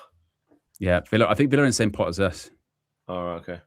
Because remember as well, Villa now their European coefficient's going up. They've got its Champions League fairly recently. They're on the Europa League. Champions League pot 1 teams 26, 27. Go on, Harry. Oh yeah, got a bit of a cheer from the crowd. Yeah. Oh, Maz tried to be a bit clever. He did. Try to go back to his Bayern days. Yeah. Pot 1 and pot 2 sorted. What's this? Oh, I can't bother to look at that. I know. I tried it earlier. I was like, yeah. There's something on the Man United website. Writers pick Dream Champions League ties. Pot 1. All right, there you go. This is on our official website. Let's go. What? Let's go. Let's go. Pick the right option, Brian. Pick the right option. Oh, now, guys, Brian. Jesus Christ. Oh, guys. Boomer, you have just can we get going in the final third? I mean, the phrase, he put it on a silver platter. I mean, he couldn't get more opposite than putting it on a silver platter there. My word. Someone said in the chat, it was Nathan said, why don't we bring on Tielemans instead? Probably because he's only had a week of training. So that's probably why. Yeah. We'll face. Right, the league phase will see us face 8 teams total, 4 home, 4 away, to be drawn from 4 pots based on each side's coefficient. We'll face 2 teams from each pot. Again, 1 home and 1 away. So you get, let's go. Just shoot. All right. And Booms. Oh, there you go, Brian Mbeumo. Yes. Well done, Brian. Well It's done, 1-1. Ahmad. Good finish, Brian. And I'd tell you what as well, yeah. There might be a couple of people that were just saying some stuff about Brian Mbeumo in the chat that might scroll back, hold on. Mbeumo, look at Niall. Mbeumo is pants. Look at you, Niall. Mbeumo is not it. Mbeumo has been terrible, if not this is where he got by now. Mbeumo has been trash for ages. Worries me. This is why, like, during the game, you got to be careful, man. You know what I mean? You got to be careful during the game. Good touch, good finish. That's exactly what he's meant to do. Let me scroll up a little bit more to see you pagans in the chat. There you go. King of the Indies taking Boomer off the pitch. I don't know if that was facetious because I don't know if the goal had gone in by that point, or maybe you're watching behind, which is hilarious. I think the ones coming in now, I think are this obsession with Mbeumo in the 9. I don't see it work in a few times, but then even that meh. Oh mate, good goal though. Good response. Good response. Yeah. We were saying that, like, since we conceded, like, we have been playing all right. Just the final action. It was exactly like that last week, Flex. Exactly like that against Atletico. We were the better team last week. The gap's much closer this week between the two sides, I think. Last week, we were much better than Atletico, and we deserved to win that one. But you're right. Since they scored, we've been threatening, haven't we? We've been creating decent build-up. Yeah. He's fallen over. Let me read this, though, to see, go back to what I was saying. So we'll face 2 teams from each pot. 1 home, 1 away, and are excluded from facing, obviously, Premier League teams, and more than 2 sides from the same country. While pots are still provisional at this stage, we're currently heading for pot 2. Let this play out. Well done, Luke. Deal with that, Aiden. Well done. Pot's still provisional. We're currently heading for pot 2. There are some potentially mouth-watering clashes to come from pot 1, as the latter groups are still being finalised. Okay, so pot 1. So we're going to get 2 teams. We're going to get a home and away. Fucking hell. So we're definitely going to get 2 from pot 1. I think it's 8 fixtures, isn't it? I believe. Yeah. So we're definitely going to get 2 from pot 1. Oh, let's go. Yeah. Cool. You got a couple man around you there, Ahmad. Oh, well done. Take the contact. Well done, Ahmad. Oh, Ahmad. Oof. Well done. That's brilliant from Ahmad, by the way, because these 2 guys coming over to him. Look, and Bruno, give him a round of applause there. There is some mouth-watering ties, guys, because in pot 1, you take out Liverpool, Man City, and Arsenal. It's PSG, Bayern, Real Madrid, Inter Milan, Barcelona, and Atletico. So we're going to get 1 home, 1 away out of them for sure. That's why they changed the format, wasn't it? Because they guarantee at least 2 big fixtures per team, basically, which is obviously revenue and ratings and whatnot. As you can see above, the current split means we're likely to face 2 of PSG, Bayern, Real Madrid, Inter Milan, Barcelona, and Atletico Madrid. Would be blockbuster event in its own right. Yeah, lovely. Yeah, can't bother to read the rest, but thanks for that. Who wrote that? Cheers, Jeff. Isaac. Thank you. Close tab. Yeah. Good information. Good. Exactly what Red Barrow with the super chat says, not going to keep moving the goalposts on Santos. Flex, and with a laughing emoji. Who said that? Red Baron. Am I going to keep moving the goalposts?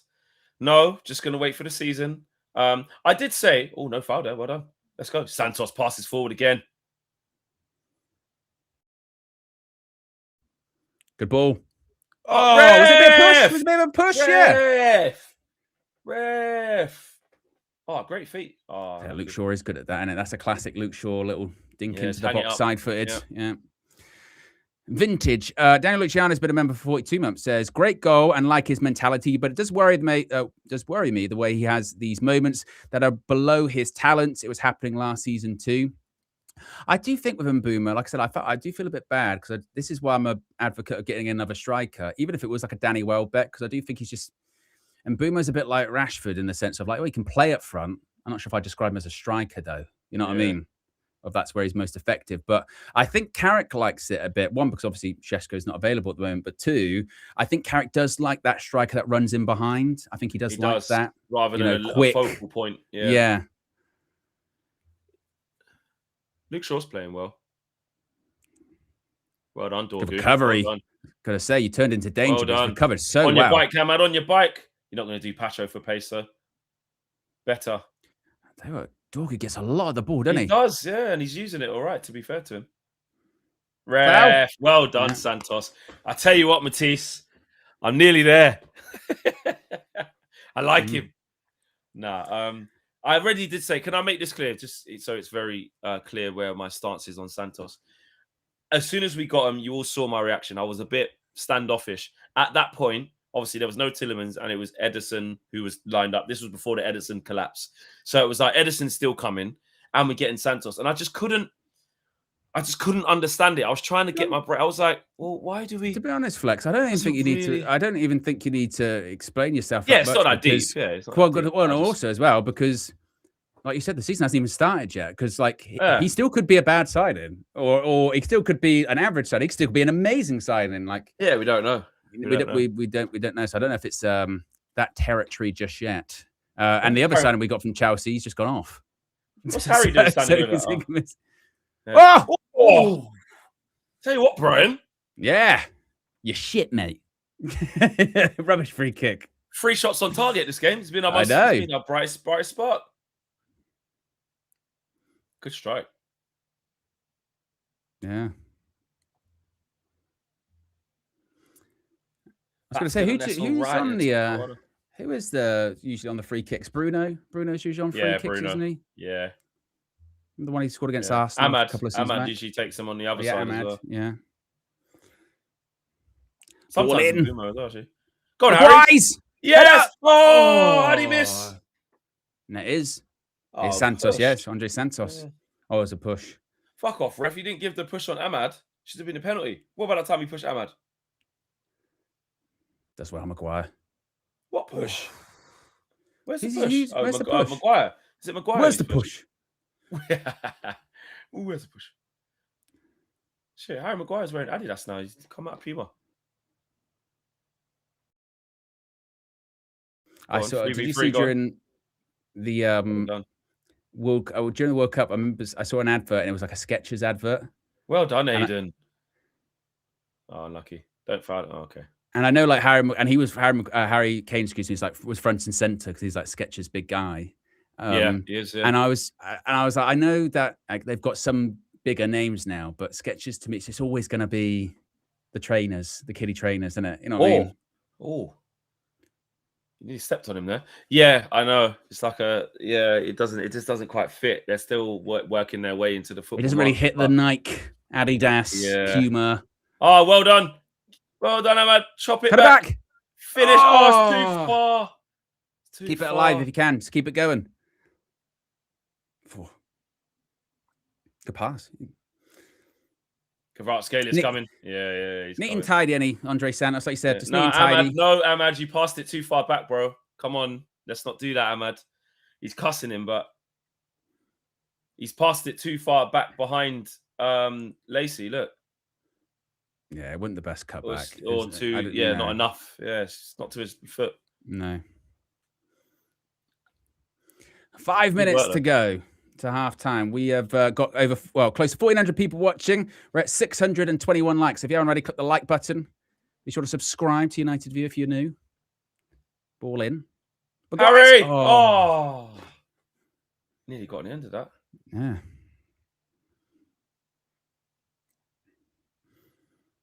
Where's our corner? They're not really picking him up, are they? They're not. It's letting him run. Yeah, I thought that a second ago when he headed it across goal. No one really picked him up there. Just no one's marking him at all. He just free run on it. Can't bother to mark him. Yeah, pre-season. Couple of good chances there. Look how high we're going as well. I do like it. Yeah. Look, we've got 4 players in their third. I like that. Proper and intensity. Santos just behind. Yeah. And then but you notice, the trigger, so look. But you notice as well is that this is very specific for this match. This isn't the same as it has been for others, which goes to show that there's going to be an element of adaptation. Well played. Oof. Oh, I like it, boys. I like it, man. I ain't seen Santos give the ball away once. Yeah, someone just said Santos so tidy. Yeah, this is honestly continuation of last week. This is how we played last week. Man, intensity, we played really well this half. Unlucky to go, unlucky, just sloppy to go a goal down. Yeah. But reacted well. Now look very composed, very calm. Yeah, we do. Since the PSG goal, have we've looked backed very off a good. little bit as well. They're not pressing us as much as they were before, which Big is a bit of a touch over respect you have to earn, don't you? That kind Well of done, respect. There you Shay. Oh, he's put. Oh, well done. The way he just takes the ball, I can't not see Phil Foden. Is anyone else seeing this? Like the way he just looks a bit like Phil Foden on the ball. go. Oh, Tyler Fletcher's got the 39 McTominay number. Oh yeah, big shoes to fill that. Exactly. Big boots to fill, mate. McSauce, yes. Yeah. McSauce. It's God, I remember it's them like days. it's like I mean, too. I was thinking that the other day, Flex, because this is our 6th season here on United View, I think it is.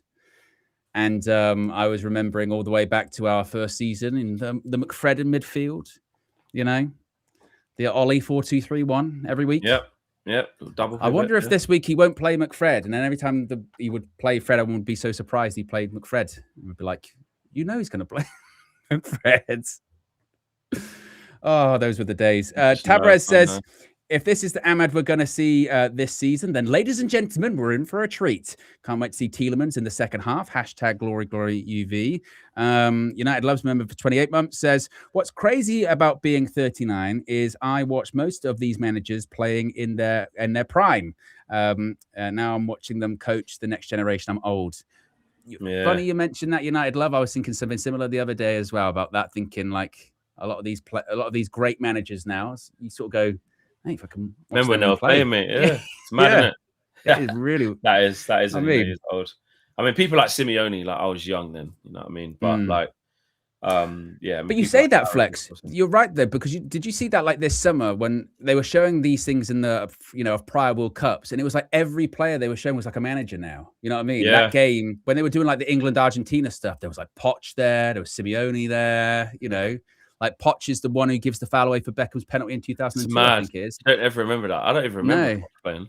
But like I said, you just never really link those together. But then when you see it back, I think another one was like with Enzo Maresca. There was a clip of him, and I think he's playing like Old Trafford or something. I was like, I have no recollection. Why would you have any recollection of them playing? Yeah, you just wouldn't. Well, when we got Ruben as well, there was him facing up against Johnny Evans. Oh, well done, Luke Shaw. Yeah, he's actually gone with the wrong foot there. Yeah. He's lucky. He dangled it out, didn't he? Pause. Yeah, that could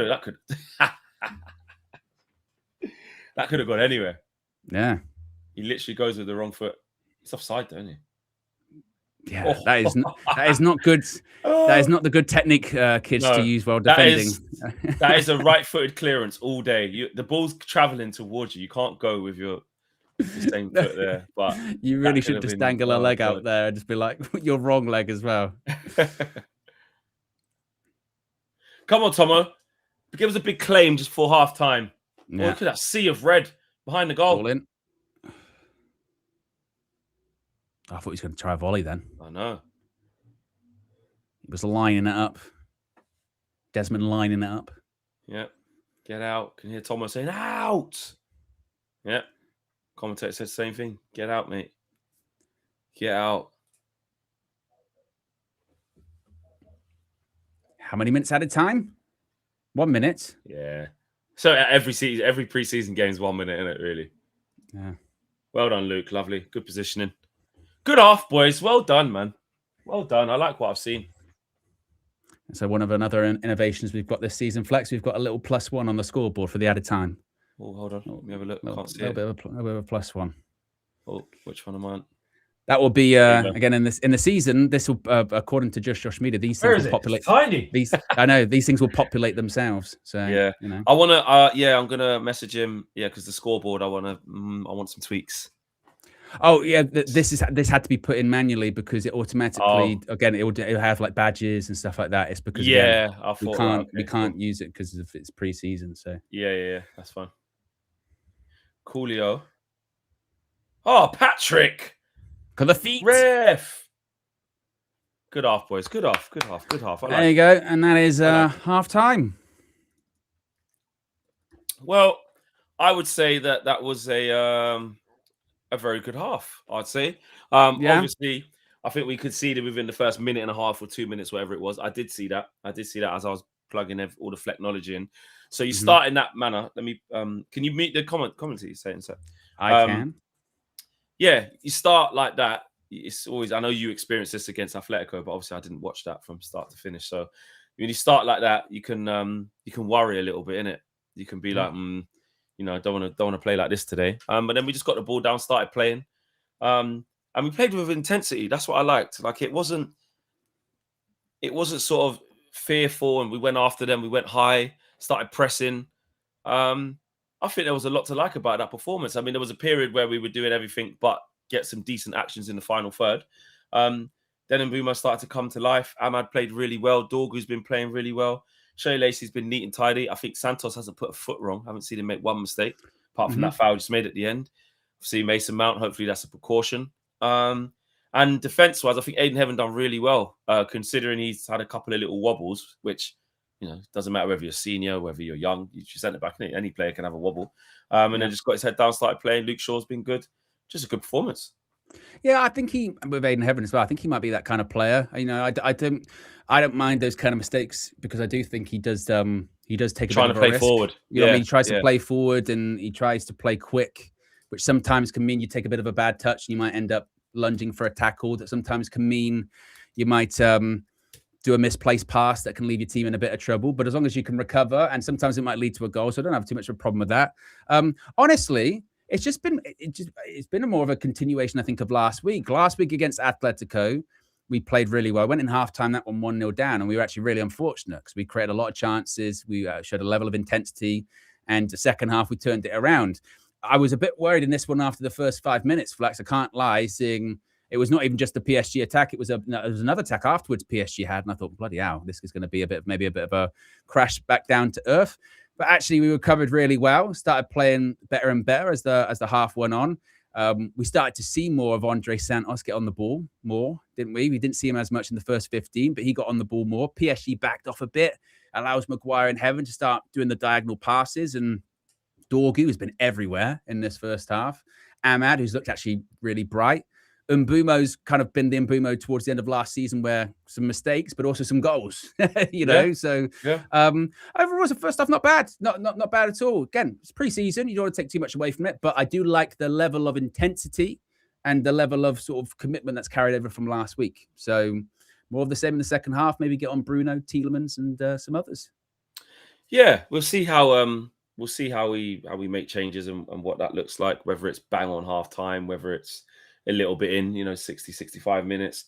But I think that's as good as a performance against a better opposition as well, even though it's the C team of PSG. Still better opposition, you know what I mean? Yeah. Still under, strict instructions to play a certain way. Like you said, stylistically, completely different to what we faced the other week. So you have to kind of, in this type of game, you have to play off 1 and 2 touch. Regardless of whether the quality in their press and the quality when they get it is there because the C team or not, they will ask you that question, though, because that's how they've been asked to play.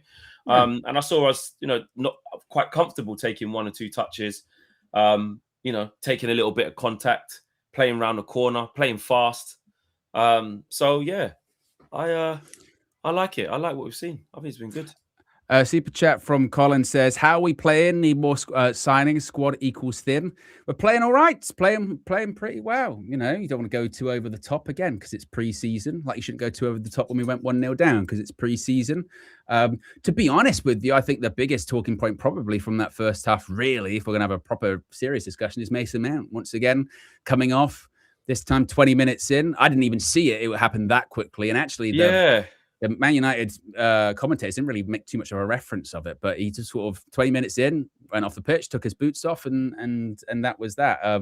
I'll double check, see if anything's been written about it, whether it's, precautionary, planned, or whatever. But like we said in the week, Flex, we didn't really buy too much into the report in the Man United weren't going to get a midfielder because Mason Mount was doing so well in pre-season. That was kind of, fanciful at best. But does this kind of guarantee now? Does this really drive it home that, look, we're getting another midfielder? We were always going to get another midfielder, but now we're definitely going to get another midfielder. Yeah, I just think it should never have really needed anything to happen in this game. But weirdly, sometimes you get something that just jogs your memory. So if there was anybody around the place inside Old Trafford that was like, or inside the club, sorry, that was like, yeah, maybe we could though. Maybe we could look at that. There's just a little, oh yeah, actually. Do you know what I mean? So hopefully he's all right, but we could just use that as a little bit of a, make sure you don't do that, obviously, because look, at any given second, he could be like, ankle's hurting, you know. And one of those ones, if anyone ever actually genuinely raised that as like a thing, you know what I mean, inside the walls of Carrington, of like, well, maybe we don't get one because with Mason, you know, they need to be like, okay, thank you for raising that one. Can you leave the room, please? You know, because you know, get out. Adults are talking here. You know, let's what are we doing? So yeah, and look, from a personal point of view and from a human point of view, that fucking sucks for Mason Mount, doesn't it? I mean, it really does. Always getting something. Hopefully it's nothing, but hopefully it's something. I'm just having a look on socials. Lucas has put a video of medical staff talking to Mason Mount before he goes down the tunnel. There's a picture of him sort of leaning against the advertising hoarding. You can make of body language what you will. I mean, just trying to see if he's holding on to any. I don't know if it's a calf or an ankle. Don't know, but it's a nightmare for him, isn't it? It's a proper nightmare to the extent, like a bit like, you know, when it used to happen to Phil Jones, and every time he went off, you sort of went like, "Fuck it." I mean, how do you keep coming back when you keep getting knocked down? Basically, you know what I mean? That's tough. Yeah, body really. And listen, he's walking about, but he's obviously felt something. Like I've seen him watching the video now. I would like to think. I mean, obviously, we all want to think that maybe he just felt something and thought, listen, it's so early in this game. I've had a good preseason. Let me just get off and have a look at what this is, because I can just feel something rather than I know what this is. I've done this or I've done that. So, and also, you know, he did 90 minutes last week, and it felt like at the time the whole doing the 90 thing was this like message of, no, this is different. I'm doing 90, like I'm playing full, even in preseason where you don't do 90 minutes. I'm showing you I'm doing 90. I'm doing 90 minutes. I can prove I can do 90. And then for literally the next game, you come off after 20 minutes. What a nightmare. I mean, what an absolute disaster. What an absolute nightmare. And I just see on socials a lot of people going, see, man, you no excuse now. So I think with Frankton, you've got to get midfielder. Honestly, I don't think that Mason Mount injury actually changes anything. You know, no. I hope if in the chance that Man United genuinely did think that we didn't need to get another midfielder, hopefully maybe that does shake them. But you would like to think that wasn't even a serious consideration, because if it was, my word. My word. Super chat from Big Yo-Yo says, making a move from Dallas to Washington, D.C. Glad to be able to catch the match view live while driving. Nice. Worried boy Man United. Nice, safe travels and happy relocations. Going to the nation's capital. Yes.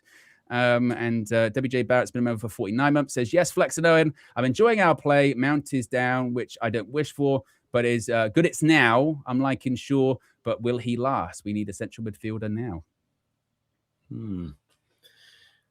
Just go and get it. Just go and get it done. It was interesting to see that Carlos Baleba stuff regarding that he's been pushing for ages. Really wanted to come here last year, and has been pushing this year too, this summer. And obviously Romano said the update of, you know, the injury makes it more difficult now. Manchester United sort of kind of put off by that, as you would be, because we can't be be doing that. Well, you remember when we were talking about Baleba, whatever it was, a couple of weeks ago, when that report came out that basically said like Carlos Baleba's offered himself to Manchester United again or something like that, and a lot of people were talking about it at the time. Sorry, Samuel Luckhurst, mate. You were defending him a couple of weeks ago. What's going on? I was just spinning. No, it's just the tone. It's just what he's right. 37 minutes ago, Aiden Heaven has had a wretched start. Caught ball watching for the goal. He's given the ball away. Recklessly fouled Kvaratskhelia and got booked. Carrick gearing up to start him at Hull by Heaven in danger of giving his starting place away. Bro, fuck off. Okay, so what's your assessment now at half-time? Have you put another tweet out saying Aiden Heaven has recovered well? Have you done that? Well, and also, no, Samuel, you haven't done that. Also, just out of curiosity, Samuel, like, how's that Chouameni deal going on? I thought he's got sources, remember? He knows. He knows these things. He knows he's got Jose sources. What a crock of shit. And again, bro. That's do you know what it is with him? Do you know what it is? I couldn't even believe it.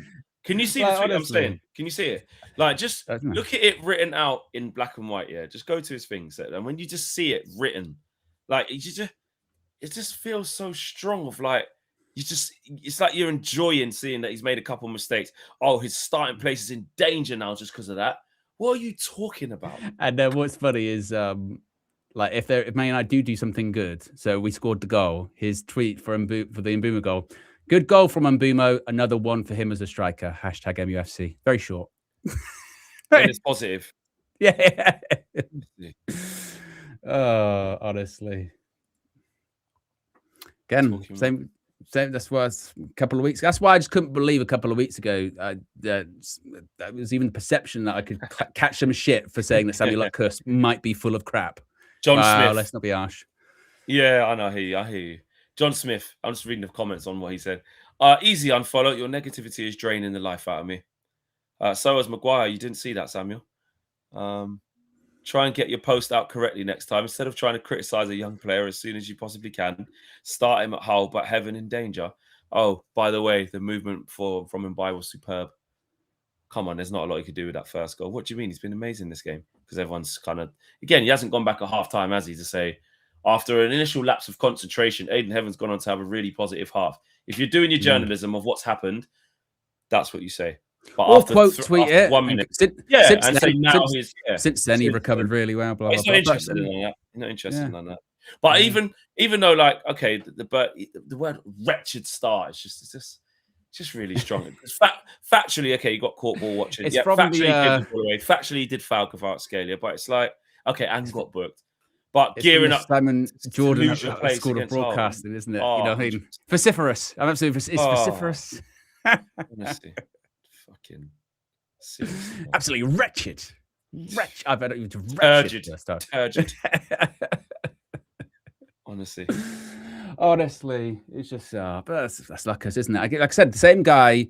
I've genuinely still, it kind of blows my mind. As a journalist, he actually thought it was a good idea after we signed like Tielemans and Santos to go on social media and basically be like, it was already quiet. I asked the club about this and they didn't tell me, and then criticized the club for not telling me. And then in the space of the same 7 days, start doing transfer news as if someone's going to believe you when publicly you said they're not telling me anything. But by the way, they want to get Tchouaméni. What the fuck? Why would I believe you? That's like me going, "Hi, my name's Owen. I'm a liar. I'm going to tell you the truth now." You'd be like, I'm Owen. I'm a liar. You're like, my hands, you're still shaking my hand. You know what I mean? I'd be like, well, honestly. Another super chat here from WJ Barrett says, "I can see Baleba 50 million up front and 20 million achievable add-ons alongside Kone and an obscure left winger to come. What are your thoughts on what's to come, if any?" It's just so hard to call. The Baleba thing, I mean, he did say, didn't Romano allude to the fact that he's not, I don't know how long it's going to take, but it's not necessarily a real bad one. But, you know, he's out. I don't know, man. I'm not sure. I don't think they risk buying him now. But I don't know how bad the injury is. I think it'll just be, for some reason, I can't get Tyler Adams away.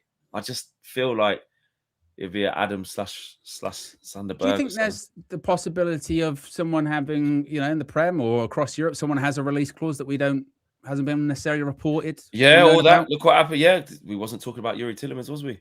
No, exactly. We weren't talking about Yuri Tielemans at all. No. SD Ferros with the super chat says, "We've had faint links of Sanderberg like in 2024, but I overlooked his profile of being a physical, tall DM proven in the Premier League. 100% fit, in my opinion. Thoughts?" KG was on the Sanderberg thing yesterday, wasn't he?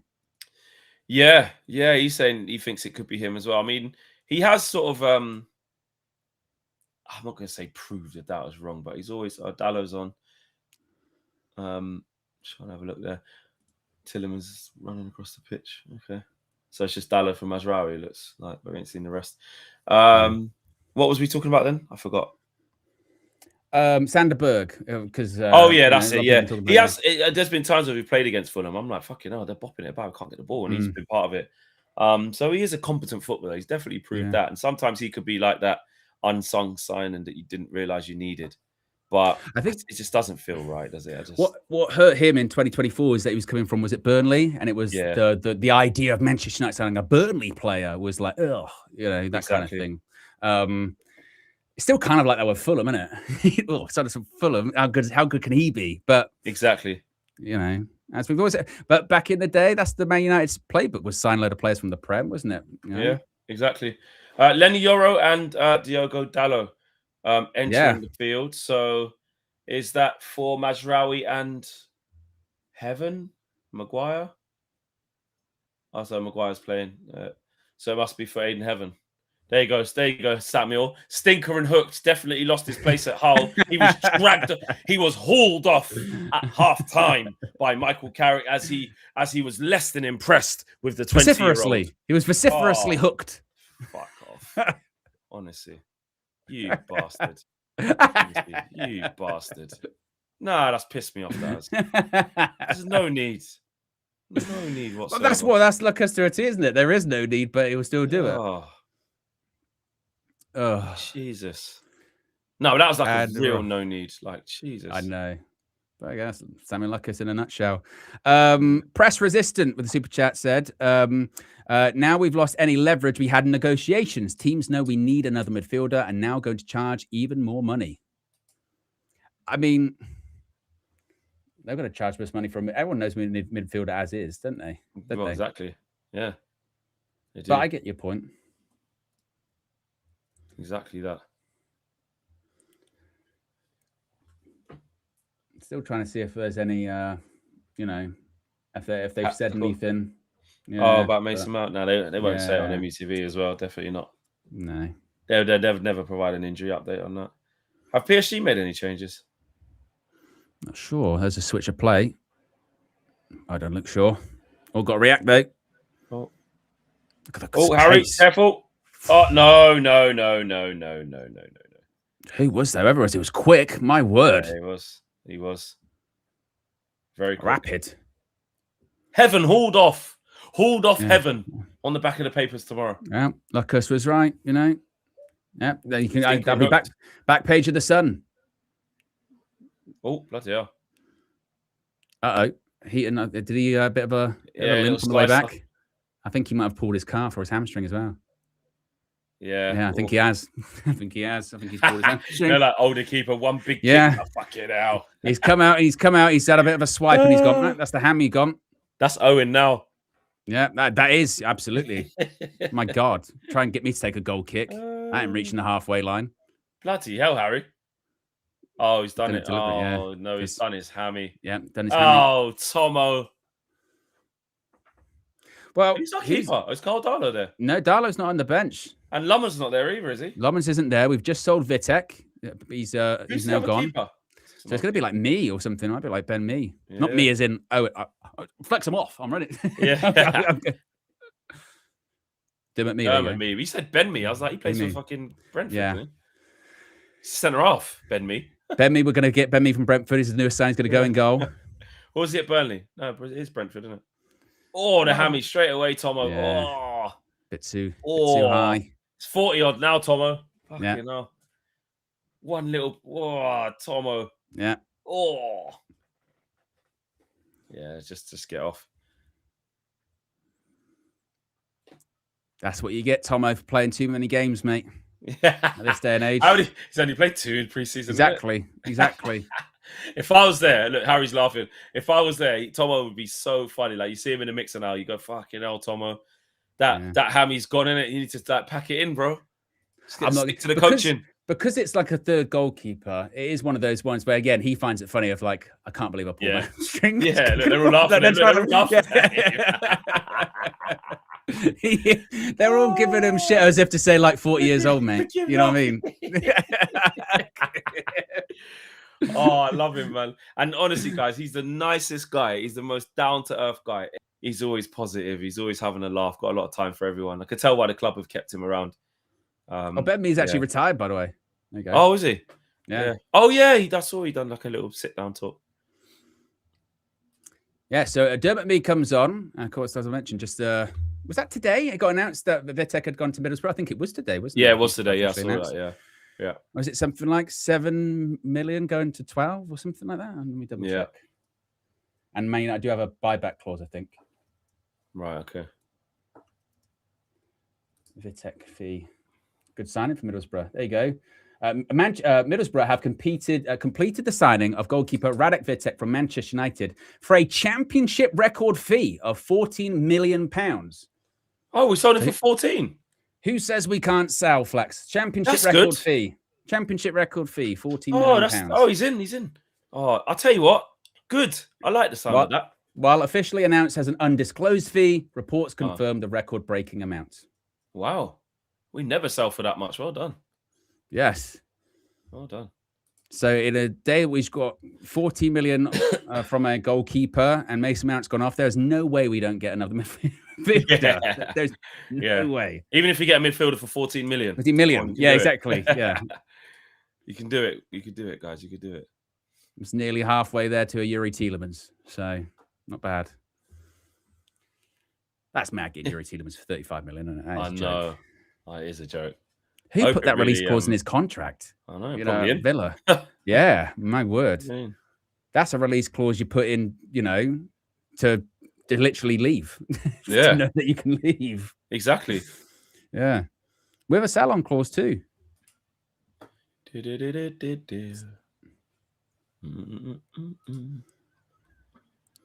But 50 minutes gone, still 1-1.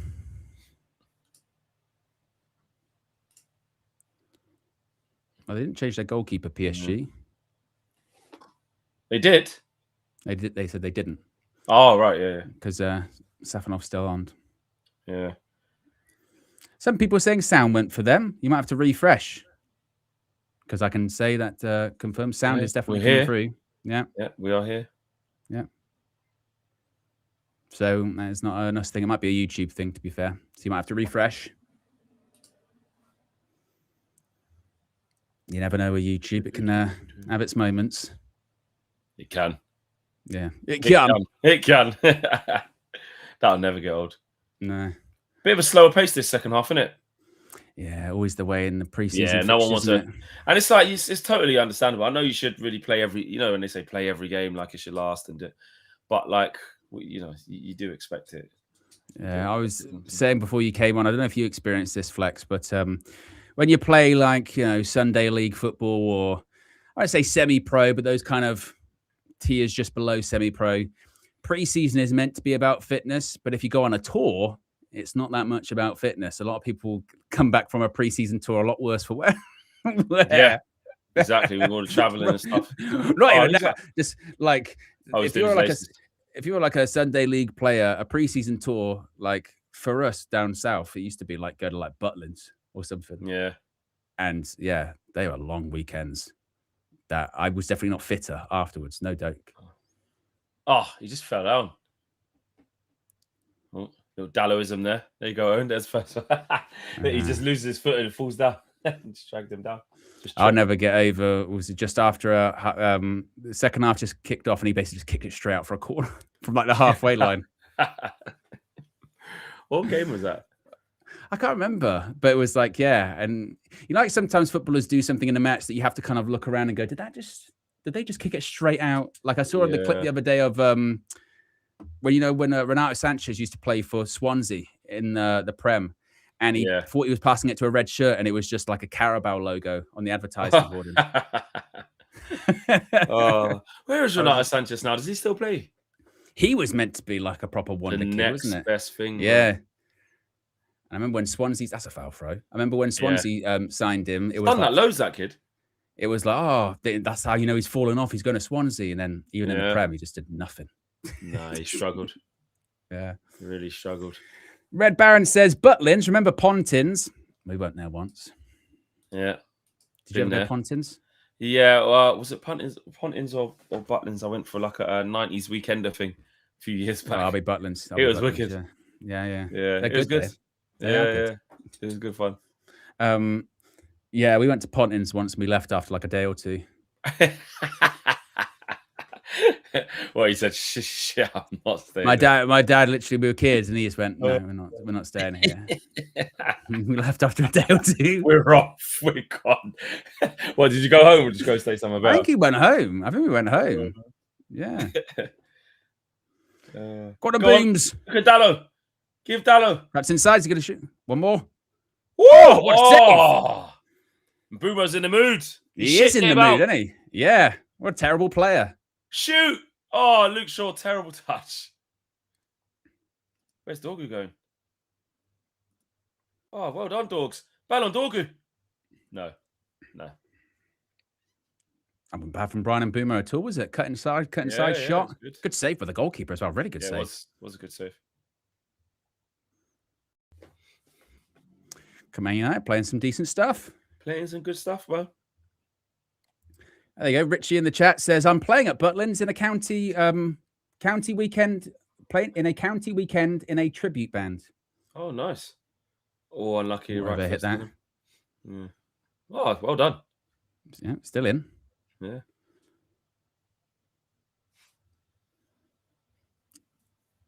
Used to do that as a kid at Butlins, live in the arcade. Yeah. Parents went to Reds and got shit-faced. Well watching some bad cabaret. Oh, unlucky. Good idea. What were they called? The people that were official, the Redcoats. That was it. The Redcoats, yeah. Harry Maguire, great ball, by the way. He's loving the crossfield diag today, isn't he? No, big H, man. Telling you. Still good. Good save. Good hand. I tell you, because he smashed his strong. wrist. Look at this. Strong wrist. Champions League ball as well, Flex. Yeah. Getting used to it. Champions League, mate. You know what I mean? Playing Champions League holders, playing them 1-1 with the Champions League ball and everything. In Europe. We're not even we're in Europe. In a neutral. Yeah. This is how season's going to end, mate. Yeah. Neutral stadium, PSG, Manchester United. That's how it's going to start. Finish. I'll be there. Yeah. I'll be there, bro. But very much a pre-season feel to this one at the moment. Yeah. The Champions League final is in the Wanda Metropolitano this season. I checked earlier on. Yes. Second time it's been held there. Amazing stadium. That stadium will forever be in my heart because that is the day I met the gaffer. Yes. I met Sir Alex Ferguson that day. Oh, one of the best days of my life. Also, Yuri Tielemans warming up. I tell you, that was a very memorable day. Became my son. It's a very memorable day for United View there. I remember, obviously, the game. I remember you meeting Sir Alex. I remember Josh being behind the goal in his little UEFA bib and just getting all sorts of abuse. Oh, my God. It was just incredible. I mean, honestly, there's a picture. I've got to get it on here one day that he put in the chat of like him. And this was like just after, well, still technically during COVID somewhat, isn't it? Because, it's like you had to wear masks and stuff like that, didn't you? Yeah. And he was behind the goal. He's got one of these like, masks on, and he's got the eyebrow raised, and there is just a sea of people behind him that all look like they hate him. They just couldn't. Oh, so it was amazing. Yeah, it was. Oh. Well done, Brian.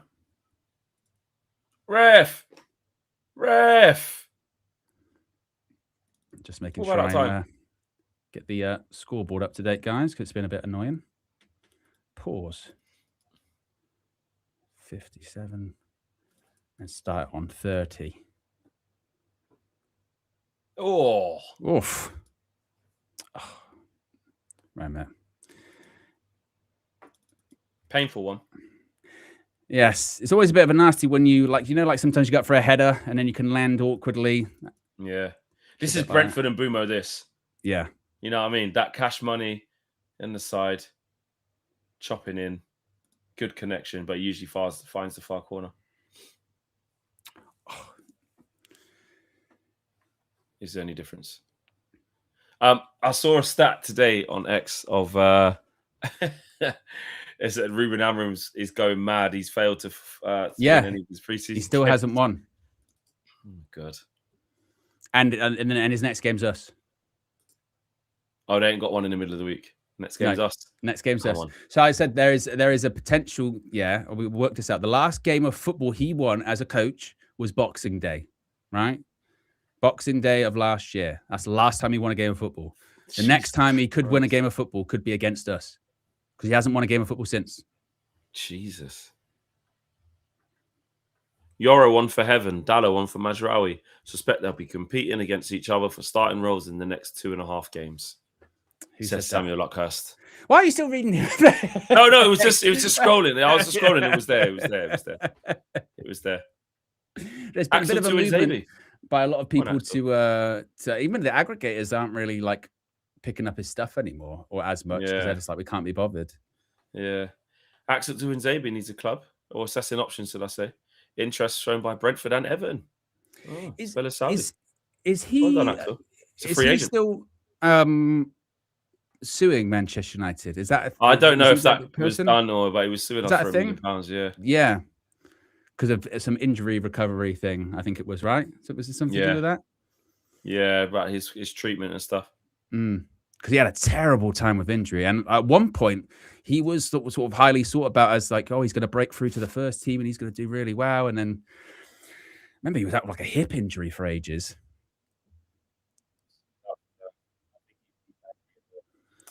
The management around it. Nearly an hour gone, though. We did see Yuri Tielemans warming up on the touchline. Oh! Into the side netting. PSG, a bit of an old school PSG kit this season, huh? I know. It's all like central. Yeah, that's very sort of 1990s. Bright red. Yeah, slipping a little bit. Keep at it covered. Oh, here comes the cavalry fleck. Come on. There they are. Look at that. Look at the quality coming on. Yeah, that is. Carrick, quick. Get Bruno Tielemans on and all that. Yeah. Not, you know what I mean? But it's their first minutes of Owen, watch this for a jinx. It's their first minutes of pre-season. Like they won't be that sharp. Hello, you've now got to the point where you're so strong with the jinx, you can actually use it. You now can control it. Before it was just you couldn't even control it. It's like when a superhero first gets their powers. It's like Spider-Man when he gets bitten by the spider and he's climbing up walls and he doesn't know what to do. But then eventually he learns how to use the web. And that's where you are now. You're learning how to use your jinx. Correct. Well, hopefully these guys just go through the motions because they're like, listen, man. Tell you what, let's just take it easy today. Just minutes. I mean, we only need half an hour in the legs. We'll take it seriously on it. Yes, Carrick, that's it. Yes. That's it, Carrick. Get him on. Yuri's coming on. Yes. Yeah, we'll go ban for ban. I mean, even that's still peak with the players. It's still tough. I'm not sure we can, but we'll try. Yeah. No, we'll try. Let's have a shoot at. Come on, someone. You bring on your big guns. We'll bring our big guns. Come on. They go, we got Vitinha. They go, we got Bruno. They go, we got João Neves. We go, we got no one else. They do. Well, I'll give you a Vitinha and I'll raise you a Vitinha. Yeah. We'll give you a Ballon d'Or winning Ousmane Dembele. He just pumps up and down on the ball and just moves. He just moves so effortlessly on the ball. I love watching him play, man. Everything he does. He can do the most basic thing, and I just love watching him. I tell you what, though, they weren't half disappointing at the World Cup Portugal, were they? They so were much expectation. Yeah, they were. You know, really bad. There was a lot of, and I tell you, it was quiet during the World Cup. Bruno was really quiet during the World Cup. He didn't have a good World Cup. Yeah. Aside from a lot of the social media, like he doesn't pass to Ronaldo enough and all that kind of shit. Yeah, he got one assist for him, but Portugal as a whole, I mean, Mendes wasn't good. Vitinha, Neves wasn't good. They've got like some great players, but it's a Martinez thing, the setup of the team and whatnot. You know what I mean?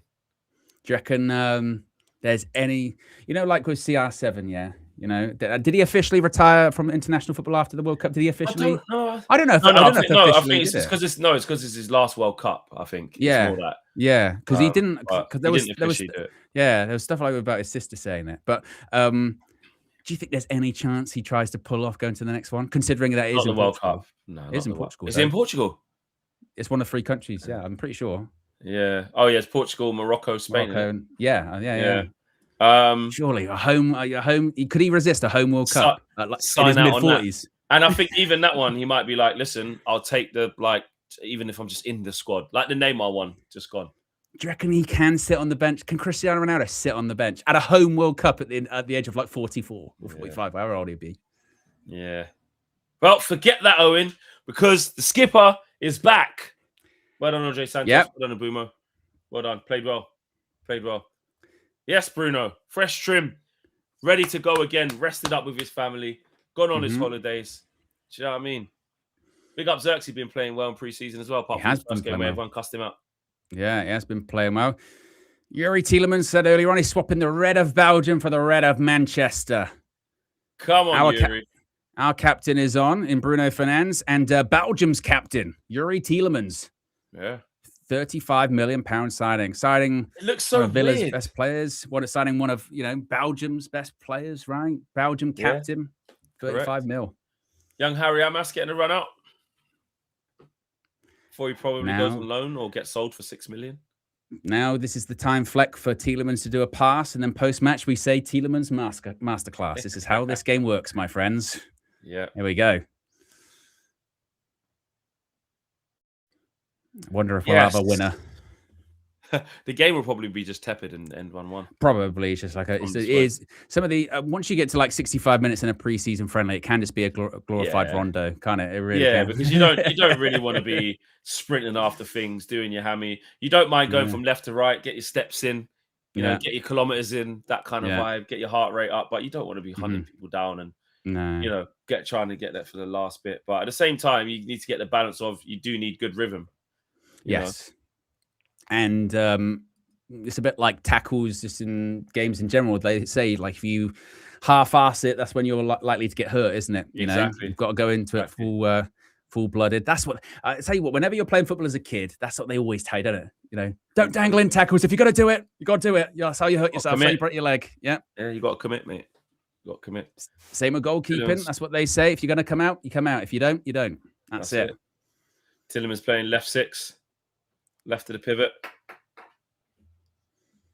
Okay, so we've got Ahmad for Jack Fletcher on the right.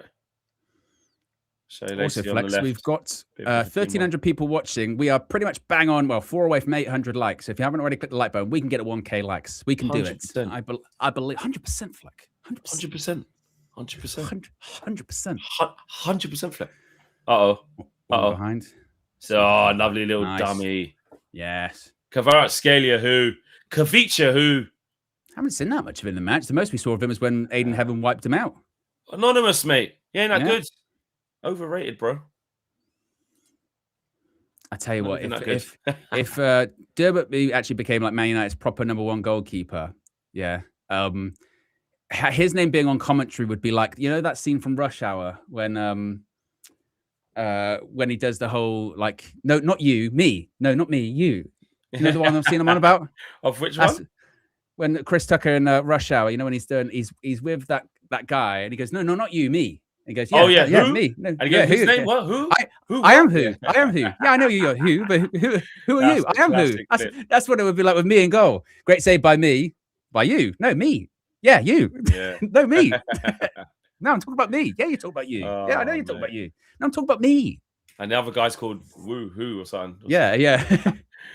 Who are you talking about? No, I am who.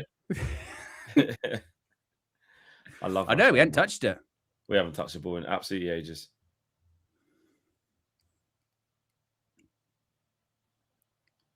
And it's funny how like the roles can kind of change, isn't it? Because second half, the more experienced. Oh, Dallo. Dallo. Dallo says, "Not today, mate." Yes. Oh, bloody hell! Who did that? One of the Fletcher twins. Passing to your brother should be easy. Yeah.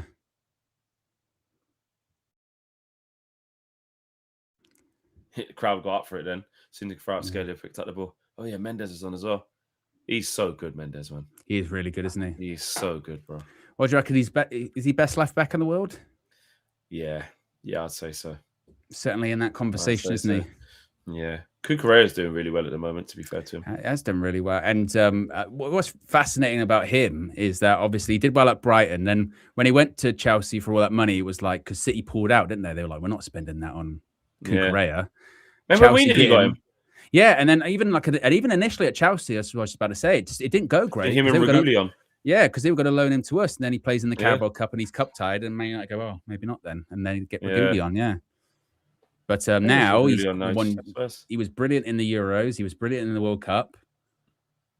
It feels like in big games he delivers as well. He's there, yeah. And he's a bit of a bastard. Well, he's not a bit. He is a bastard. Yeah, he is. But I think you need it. A bastard gene. But you need it. Mm. He's got everything. He's got pace, power, tenacity, guile, heart. But then when you're saying about Nuno Mendes being maybe the best left back in the world, that's the thing with PSG is a lot of players that they've got are the best players in that position in the world, aren't they? In the world, you know what I mean? They got their midfield is like the best midfield three in the world. Like no one can touch them. No, no, in terms of balance, in full flow. Yeah, be interesting to see how they do this season for a third time going for it all. You know what I mean? Yeah. Here we go. Ball in. Great ball. Oh, well Good done. claim. Good Let's shout. Go. Let's go. Go on. Don't be scared. Nah, no counter. Good communication by me. Yeah. Who? Me. I'm talking about me. Who are you talking about? Who? Me. Good ball. Good touch. Well done. Lovely. If you can. There you go. Bit of flange. What do you reckon his season's going to be like, Bruno Fernandes? Obviously, look, he probably can't match the assist number that he did last season, but do you think he gets close? Oh dear. Oh, well done, Lenny. Know. One of you.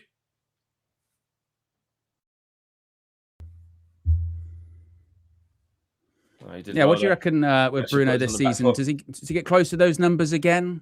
Do you think? I mean, let's be honest with Bruno. There's a bit of a baseline, isn't there? You know, with him anyway. There's a baseline he always hits. You know, it's double figures assists unless it's had a bad one. So, listen, to do what he done last year, where he still hasn't been they haven't done it yet, but the Player of the Year comes in August. We're so close to the. When is that? Is that mid-August? They're going to announce that. What's that? Like the Premier League Player of the Year. Oh yeah, when is that? When is that? Yeah, it's like the 18th or something. When is it? It's coming up. Ooh. Well done. If you can you counter? Yuri, look at that. Ooh, pace. Look at that. Shoot. Go for it. Oh, he went for a pass. Shoot now. Don't wait too long. You got to. Oh, unlucky. That was the right option, to be fair, because Lacey was on his left foot there. Well, he absolutely went through Xerxes, Safanov. Bloody hell. He's had a good game there, goalkeeper. He's pulled off some really good saves. Yeah, he has. Which is funny with him because as a keeper, certainly last year in the Champions League, at points he did maybe come across a little bit nervy sometimes, a little bit frail. But then he would have really good matches, and you could he's doing all right. Like in the final, he actually did really well against Arsenal. I think he does actually. Yeah, lovely. Look at this. Oh, is this it? Yeah, this is it. So it's here. Ball up in the air. There you go. Fletcher, little half turn there. You go play there. Yeah. Bruno, there you go. Bruno doing Bruno things. I tell you what, though, from Bruno, that is a brilliant ball by Bruno Fernandes. First time, it's kind of under his feet as well. Gets out of his feet. Yeah. Oh, he just put it wide. It's gone wide. How bad was his contact? Oh, right on the shoulder. Yeah, that's a painful one. You can break a collarbone doing that. Yeah. Just couldn't wrap his foot around it. Deflection. No. Corner. Oh, it was, yeah. Wow. He's all right. Big Josh. He's a big lad. Fine. No problem. Strong. Big Jay-Z. Big Jay-Z. Yeah. Jay-Z. Exactly. Yeah. Big Jay-Z, bro. Come on. Bring on the Harry Maguire regen, man. I want to see him play. Ball in. Ball in. Keeper's ball. Fucking hell. He's off that right winger. He's sprinting down there. Fans booing him. Yeah, that's true, actually. What would VAR have done with that? Yeah. Because we'd be screaming for a foul. No, but he did clear the ball, though. He cleared the ball. It's his follow-through that's got jerks, you know? If he would have missed the ball, then it's a foul, but I don't think it's a foul. They're always challenging those ones because, like, the keeper's got a right to go for it. And a collision's almost inevitable, isn't it? It's inevitable. If you've got two players running at each other like that, first. I think it's the manner of which the goalkeeper comes out and initiates the contact, isn't it? If you do a bit of a... Like when Mane kicked Ederson in the face. You know, if you do that, you get sent off, aren't you? Uh-oh. Good tackle. See if you can break again. Foul. Ref. Well done, Lenny. He's got his hair done now. I was just about to say that, Flex. I was just about to go, he's gone back. He's just waiting to get his hair done, mate. Yeah. Brader couldn't get around. So he just had to have the man bun for a bit. Got to be a specific guy. Touch. Good touch. That was actually... Give me some little nonchalant Jay-Z. Go by yourself. Can you? Chop again. Oh, Oh, unlucky. I thought it was there for just like a little bit of a Xerxes solo. Yeah. Couple of step overs. Get out your feet, have a shot. He looks like Dylan. He does. He does. He does. He looks like Dylan. Who is that? Is that Zabanye? Who is that? The one on the ball now. Is that Zabanye? One who used to play for Bournemouth. Yeah. Go on. Give it to him. Go on. Yeah. I think that is Zabanye. It looks exactly like Dylan. Yeah. Can you get something in the box? We used Aloe. Some support? No. Fucking hell, weights, didn't there? Yeah. There you go. Keep it alive. Oh, Yuri. Oh, generational. Generational. Shoot! Oh! McGuire's foot. It's like Tranmere Rovers all over again. Maggie. Unlucky. That was on his right foot. That would have been a goal. He scored some, like, the amount of actually, like, clutch goals he's actually scored, Harry Maguire. Yeah. People don't realise, do they? I was at that one against, not Port Vale. Who was it? I went to it. It's in the Cup, FA Cup. Tranmere, wasn't it? Tranmere, that was it. Yeah, I went to that game. Smashed it in the top corner. Smashed it, yeah, top corner. Yeah. Then you've got late goals against, like, Lyon last season. Liverpool, knee slide. Yeah, big goals. That was when I was quite silly. I'm not silly anymore. I'm quite sensible at the games. But back then I was quite silly. And the pitch was so shit. And I was down the front where they was doing their warm-up. And I made Eric Bailly laugh. I was shouting at him. I was like, Eric, get your rugby studs. Look at this shit pitch. Get your rugby boots. And he just started laughing. It was a terrible pitch that day. I know they are. They're changing the kit, taking them off. Go on. Stinker and hooked. Part of me thinks like they just did it just to get more reaction from the crowd. Oh. No, he won it with his head. I don't think he'd have got a red card for that. It wasn't actually that bad, if we're being honest. No. If that was our keeper, you go, clear the man and the ball, mate. Right, yeah. Do your job.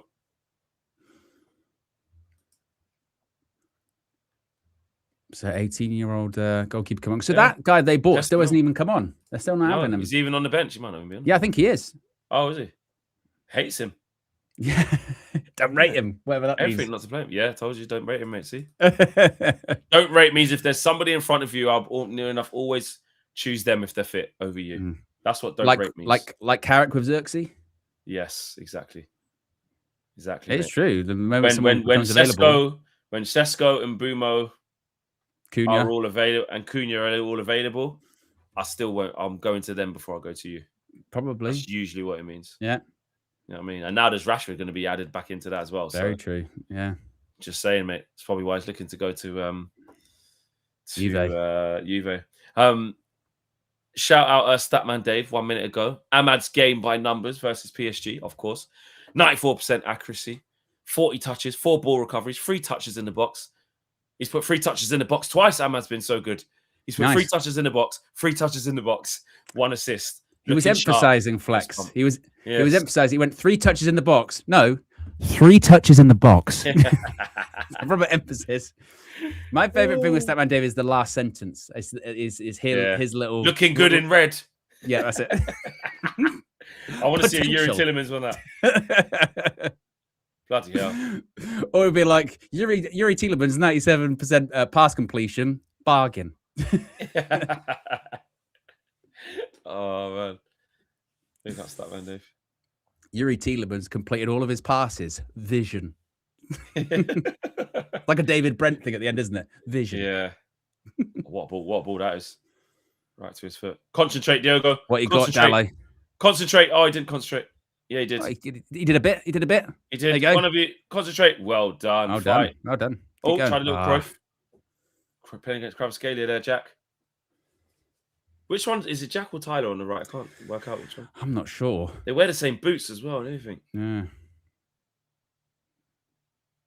Get there. Clear the man. Get there. Yeah. And you got there, Lacey. Well done. Good turn of direction, that. Yeah. Because Xerxes with a bit of a press there. Yeah. Right. This is very much defense versus attack now, isn't it? Yeah. A lot of the ball PSG when they're good play. Oh, Dallo. One of it. I mean, we've changed the team so much now. We're not going to click into gear of how we work, and also as well, they've brought on their good players. We've brought on some of our senior players, but also some of our senior players gone off as well. Exactly. And as we said, this is what PSG do. When you've got Vitinha and Neves on the pitch, they're going to just keep the ball and keep doing the side to side, wear you down, break you down. That's what they do. Waiting for that killer pass. Just got to play like Arsenal did against them in the final. Look, 2 banks of 4, 4-4-2, mate. Yeah, stay in it. When you get a penalty, smash it over the bar. I'm so happy that happened. I know. Yeah, we really needed that to happen. I mean, no foul there. Because you know what was quite funny with the whole, the Vinny Jr. stuff. Yeah.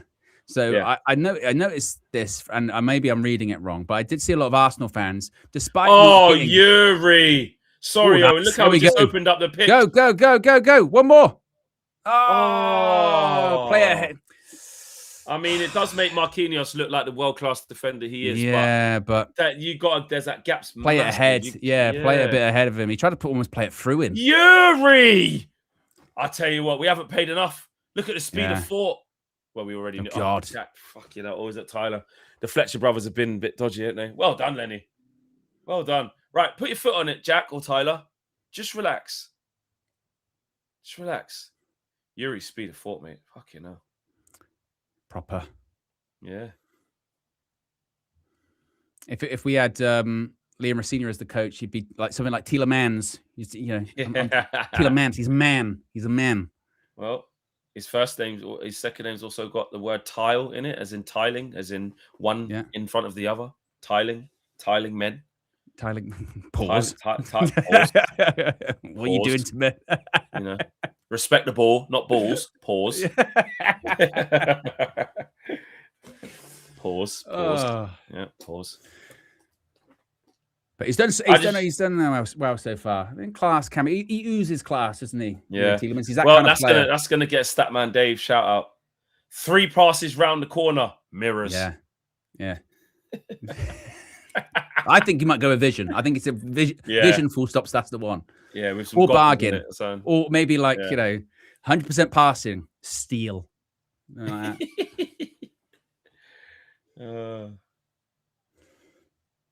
Because sometimes, when a player comes on, he'll be like, since Ahmed came on. Oh, Yuri! Great pass. Oh, my God.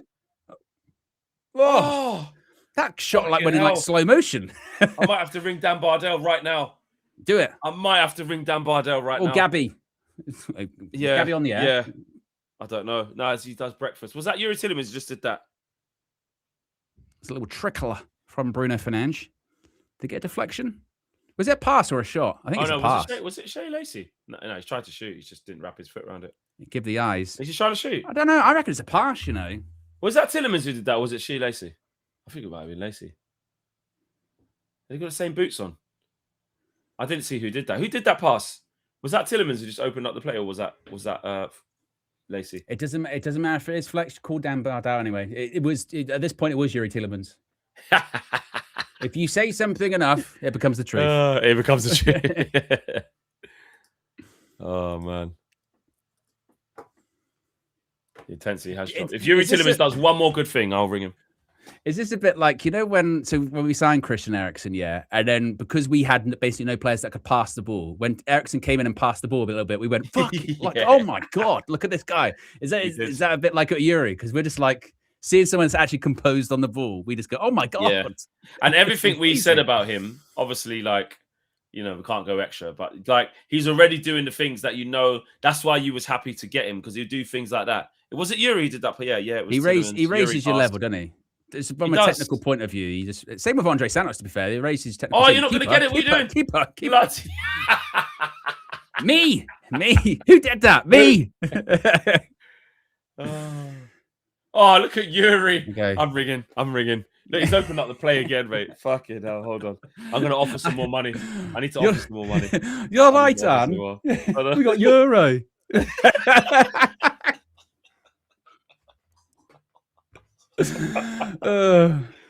Do you want paying more? I want to pay. Look at Yuri. Phenomenal, mate. Right, let's ring Gabby.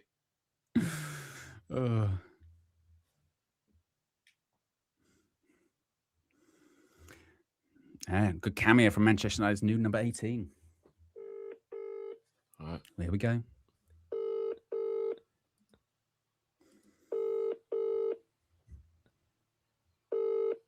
Might not answer. Scared.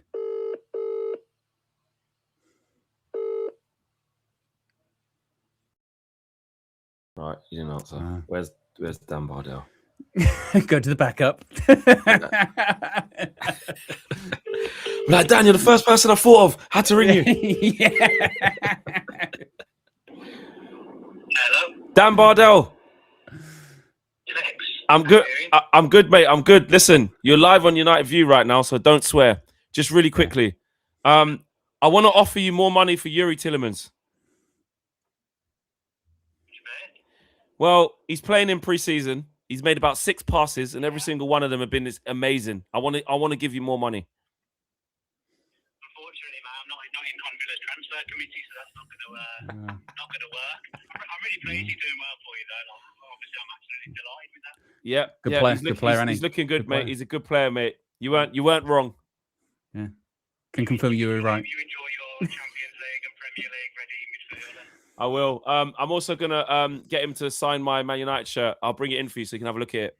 That'd be good. That'll be all right. I'm off for the next 2 weeks. So unfortunately, I won't have to see you. Oh, he's done it again. The Super Cup final, mate. You haven't been to one of them for a while. Oh, here we go. He's talking about the Super Cup final. Sorry, it's the reception's going a bit down. I have to speak to you later, mate. All right, sit out. Choppy. Right, choppy. Take care. Love you. Choppy. Yeah, getting a bit choppy there, mate. Yeah, a bit choppy towards the end. Yeah, I'm just gonna. I told him I pissed him off the other day. I said I'm gonna get Yuri Tillemans on the back of my shirt, mate. Get him to sign it. Yeah. Oh, I've got some information. Oh, Mason Mount's finished. He's finished. No, it's shirt related. Oh, right. Your dad. Oh shit. Yeah, he got Mason Mount. So he's fucking injured now. I'll leave it to the start of the season. Go on, no. Just who's he? No, I don't want it. Oh, Josh, Jay-Z. There you go. Jay-Z. One more. Can you get it across? There's no one there. And it's now back post. Oh. Shoot. Oh. Well done, boys. Well done. Lacey's playing 9 minutes, by the way. Yeah. It's onside as well. Yeah, timed to run perfectly, Dallo, to be fair. Yeah. Dallo against Mendes. Yeah, I wondered if he was just going to try it, not first time, but smash it across the front. But he did well. Cut it back. Yeah. It probably goes to the wrong person and Fletcher, doesn't it? Yeah. To be fair, there's not much Fletcher can do. They just block it well, to be fair. He's done everything right, Fletcher. That's all he could do. Oh, bad touch. Pranav with the super chat says Fletcher twins should not be anywhere near. Oh, well done, Jay-Z. I tell you what, keep him, man. Keep Jay-Z. Oh, Yuri just setting the fucking left foot wrong. How much is he?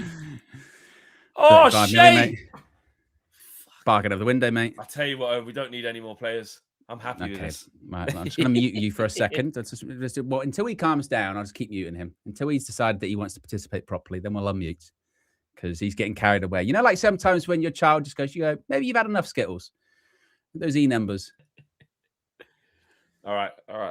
Yeah. I'm joking. Yeah. Am I back? You're back. Right. You're back. Sorry, taking that off the naughty step.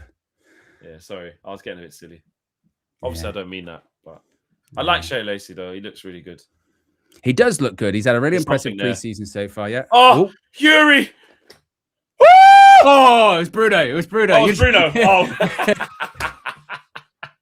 Everyone just looks like Yuri. I'm not calling him Tillemans all year. I'm only calling him Yuri. Yuri. It just sounds cool, innit? Isn't that the name of the first person into space as well? I believe Yuri. Oh, don't know, mate. Yuri Gagari, I think his name was. Look at that Yuri pass again there. Look at that. Look, goes to get it again. Look at him on a half turn. Look at that.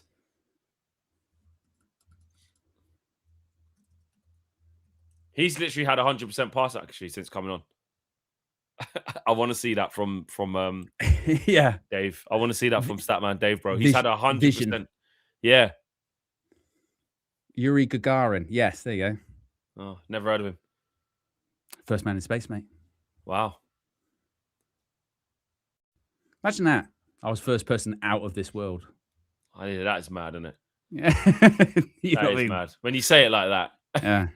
You know when you go, that's out of this world. That was me, mate. Yeah. That was actually me. So first person to leave this shit, so I left. Oh, Harry, between the lines. Ref. What a push, ref. See, Flex, you're getting the season excitement, the fever. Are you feeling like the you know what I mean? Premier League season, going to start. Football's back. Watching games, Champions League. Look at Yuri, no foul. He does everything. He went to go help. Watch this. Easy. 100% pass accuracy, mate. I like just anyone doing anything, and we just say everyone's Yuri. Watch this zone. Watch this half turn forward. Give it back to him. Round the corner. And again. Oh, shut up. Shut up. Shut up. Oh, no end product. We've got no end product. I just love it. If anyone does anything, even if it's definitely not Yuri Tielemans, Yuri. Substitution by Michael Carrick. Nice one, Yuri. Nice one. Good sub, Yuri.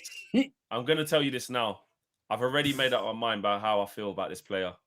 Because as soon as we got him out, yeah, I have. You're smitten. I'm on, bro. I think this is my new Varane. Yeah, you're smitten. Yeah. I'm never calling him Tielemans. Only doing the tie, calling him first name. Yuri. I might even get a shirt with just Yuri on the back. Yeah, maybe. Just put Yuri. Or maybe his number 18, and then on where the name should be, it should just say 35 million. Yeah, you know? Let's put 35M there. 35 M's. Yuri, man, I love him already. Yeah, I'm just gonna do the Yuri agenda, positive agenda all year. And I'm just telling you lot now. Well, even if he has a stinker. Yeah. I'm going to say, but yeah, I'm just going to the proper shameless. Bro. Yeah. Yeah. Big up Yuri, man. I just like him. He's my favorite now. He's my new favorite. Well, you said that wrong, Flex. Bruno, I think it's favorite. I don't know if you heard that yesterday. Remember? KG always used to say that. He said that yesterday. And then he died. He was, it's my favorite. Oh, he said it again. Yeah.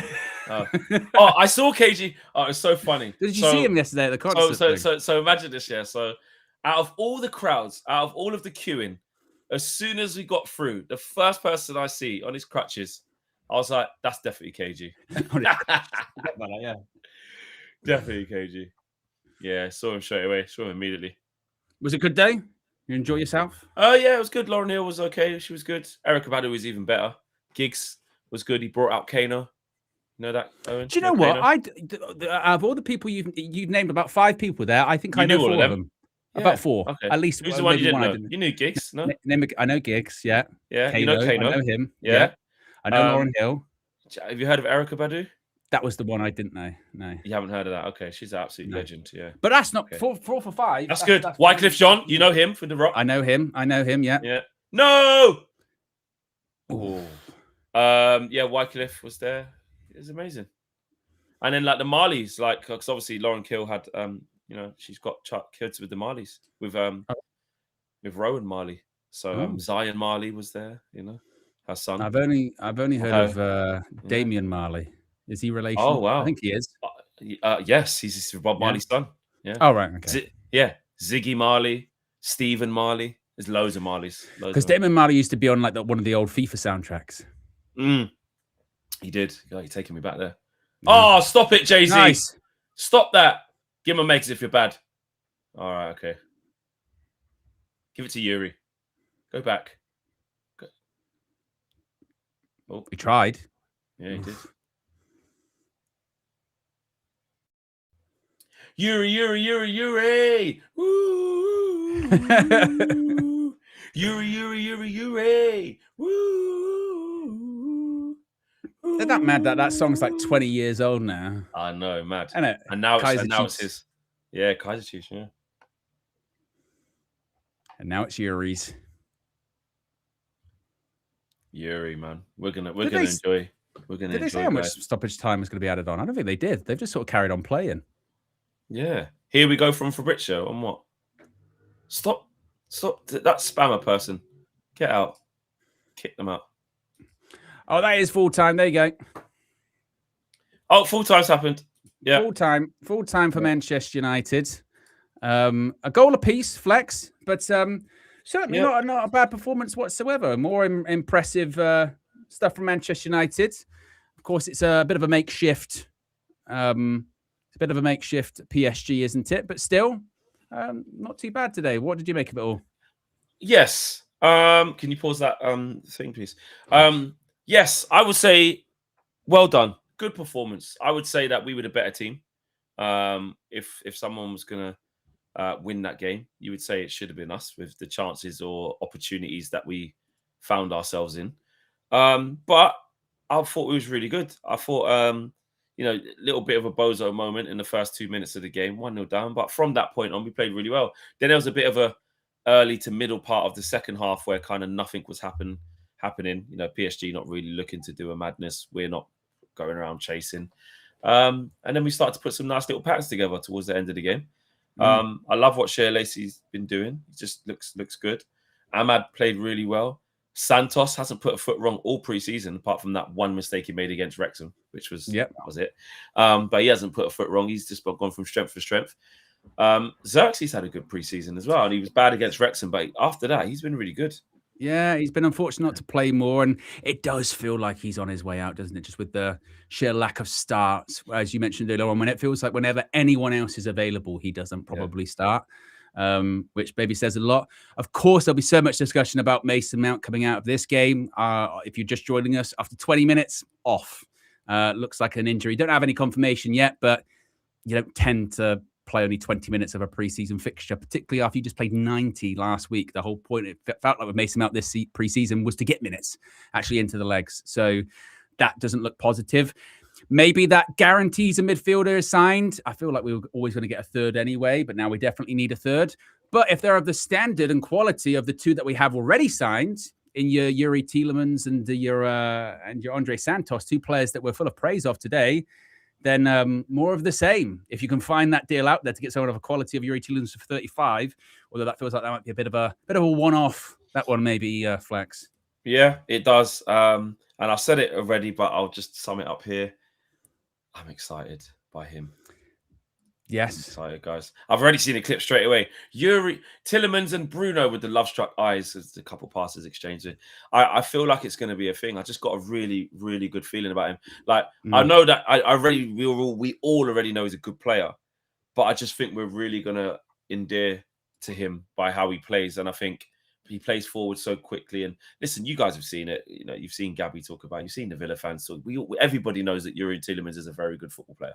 It's not. Absolutely, we're not unearthing a gem here. There's a large sample size there, isn't there? Just about. Yeah. We're just sort of getting transferable skills and putting it into our team where we've needed somebody like that. So yeah, I am going to be a bit silly by going a bit extra in that little cameo performance. I understand that, but just off of the player and what we know he can offer, I can just see him just being very refreshing in a lot of games. Do you know what I mean? And you know what? I'm going to extend that to Santos as well with what I've seen. I'll be honest. The truth is I have seen a lot of what Matisse has been saying about him. I have seen that in these games. So obviously, hopefully that transfers into the league and, you know, we look steady and we look good. But he does, all of a sudden, it does look with, now it looks like we have three players who don't mind the ball in there with Kobe, Tielemans and him. So the complexion. And listen, Mason Mount, I know we'll get to it, but he doesn't mind the ball as well. He's technically sound. So all of a sudden, we have to go and get the fourth or the third midfielder. But now it looks like there's a technical, you know, Garte, Casemiro, although Cas was doing a lot of other things really well. And actually on the ball, he was, you know, a bit better than what we kind of give him credit for. He's not as fluent as these guys on the ball. So you've replaced Casemiro and Ugarte essentially with like guys who really want the ball, which I'm happy with. Yeah, I mean, and also as well, like I said, when it comes to those midfielders, and with Andre Santos, I remember seeing those stats saying that despite his lack of minutes last season, because we forget with the stats with the appearances that he's got, a lot of them are, off the bench cameo appearances. But despite those little minutes, he still had one of the highest amounts of like forward passes, was it line breaking passes or something along those lines. And you always want to be a bit skeptical. As I always say, there's a stat for everything. So you have to take it with a pinch of salt. But on the eye test so far in these opening couple of preseason games, you can see that when he picks up the ball, he's not afraid to play forward. He wants to play forward, which we've certainly needed more of. But then speaking of needing more, we still need more players in general, as the super chats say here. Amanor says, please, for the love of God, Sal Mount and get another midfielder. We ain't going to be able to sell him now. Ain't going to sell him. No. Biggie Third says, Manu will do well to start. He's going to do well to start. He is going to do well to start ahead of Tielemans, which is good for Cobby, to be fair. Yeah. The Web Fear says, excited for new signings, but need depth for competitions. And Amanor says, please sell the Fletcher twins. Let's kick out nepotism. Look. The Fletcher twins, are they probably of the standard of Manchester United? Probably not. But again, it's preseason. No. We don't have to go too extra, on 2 young kids that are coming through the academy. Like, it's all right. You know what I mean? Because I bet they probably struggle enough as is with the whole, like, I bet they only here because look at Darren Fletcher's kids, that kind of shit. Man. You know what I mean? There's no need to go too over the top. I don't think it has started already. It has started already, Owen. I'm looking on X, and people are saying what I'm saying. What? Shout out Frank. Yuri Tielemans makes me feel safe. United extra. United exclusive.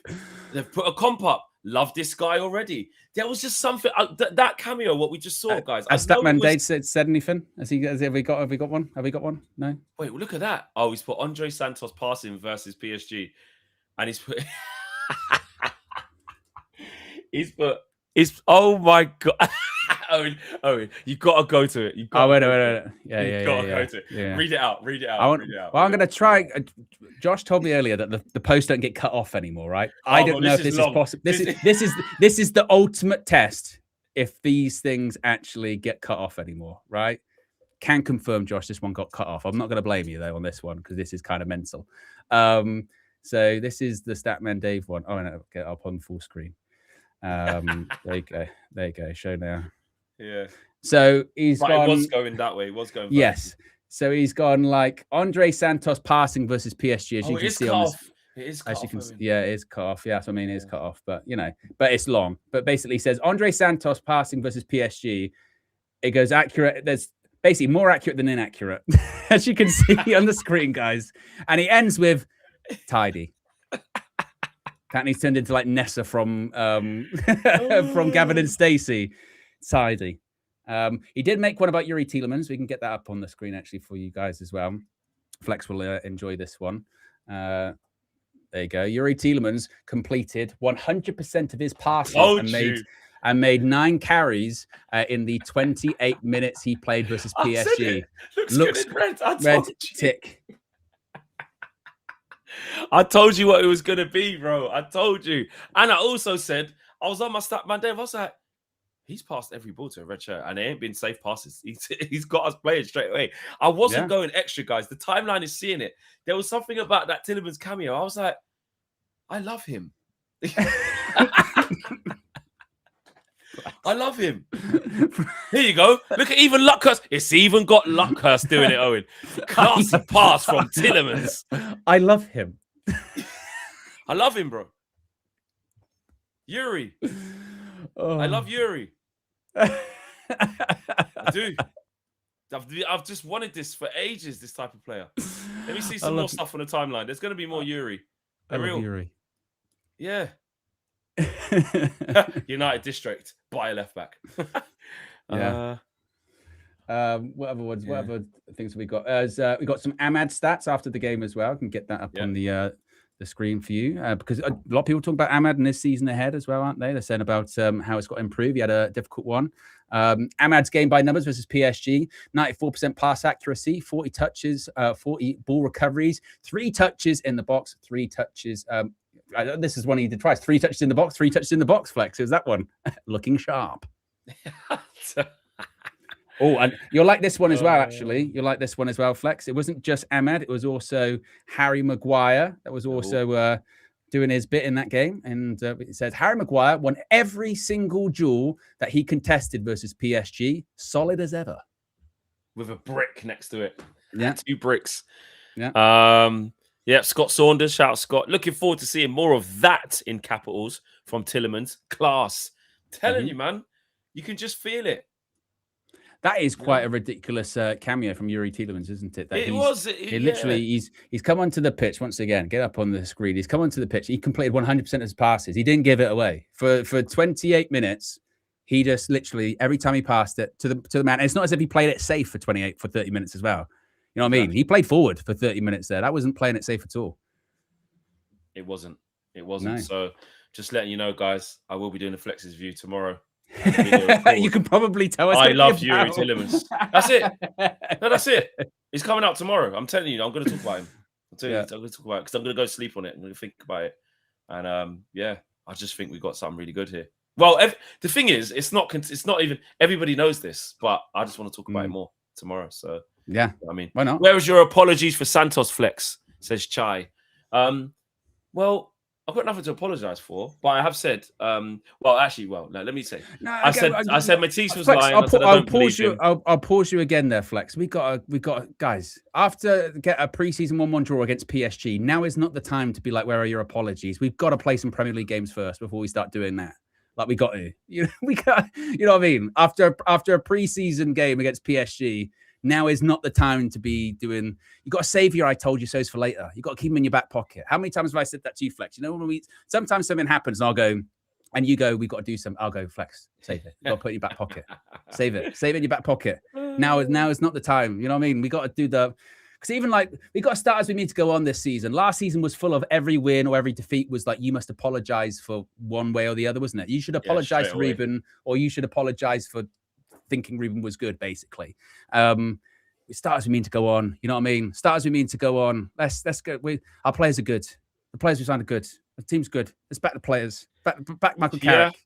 You know what I mean? We need more. We need more. Oh my God, we need more. Bring more. But it has been it has been so far a good preseason. It has. I think we've seen a mixture of. I think you absolutely take that Wrexham game out of there. That literally was just fitness. Yeah. And in the rest of them. I know I didn't watch Atletico 90 minutes, but I got the feeling and the vibe from everyone. You said it was exactly like this. Yeah. This was really good. What was the other game I watched? Rosenborg. Yeah. So we've done well. We've done well. Honourable draw that, and then you go to Leeds on Wednesday night. Is that in Dublin? I think. I think so. Yeah. Another good run out there. Probably might mix up the team a little bit. Get some of these guys in there now. Be great if we could see sort of Bruno start, Tielemans start maybe. Well, Mason Mount now, you never know. That he's not going to play 2 games in a week, or 1 game more. Sorry, you're not going to play 2 games in a week when he's just come off injured. So that Leeds game, surprised if he might not even travel. But we'll see. Hopefully, it's just a precaution. To be fair, I'm hypothesizing. And actually, they're traveling to Ireland for a training camp as well, aren't they? So you probably will. Believe so. Yes. Yeah. Because it's a rare midweek. You know what I mean? Rare midweek. Biggie Third with the super chat says, "Owen, can you get a clip of Flex rejecting Tielemans 3 years ago? We need to cook him." Did you do that 3 years ago? Did I? I don't know if I did. Can someone find me that? Because I mean, you know me, I'm petty, but I'm not going back. Yeah. No. I can't be bothered. So if someone can find that clip, was that when he was in relation to? I don't know. Did someone ask me? What do I think? Where and when? Context. Yeah. And then 3 years later. 3 years ago. But by the way, as well, there is. You know me again. I'm petty, but I feel like there might be 3 years might be a limit of going back. Surely you said this 3 years ago. You were getting shit for changing your mind week on week, let alone 3 years. That's another one. Yeah, you know what I mean? Exactly. 3 years ago is crazy. Do you know what I mean? 3 years ago, Dembele was fucking. Do you know what I mean? Everyone 3 years ago. Who was our manager 3 years ago? What year is it? Eric, second season. Eric, yeah. Think how much has happened since then. We've gone through a couple of managers. Good grief. 3 years ago, you know what I mean? Fucking. 3 years ago, I was still in my 20s, mate. Yeah, I was still a whippersnapper. Yeah, so was I. Yeah, exactly. 3 years ago. Exactly. Yeah, in our 20s. Yeah. All super chats done. I believe so. Oh, yes, I believe so. Yes. Guys, great afternoon. Ash's ready. Great afternoon. We're 4 likes away from 1K likes, by the way. So if you haven't already, guys, come on, do that.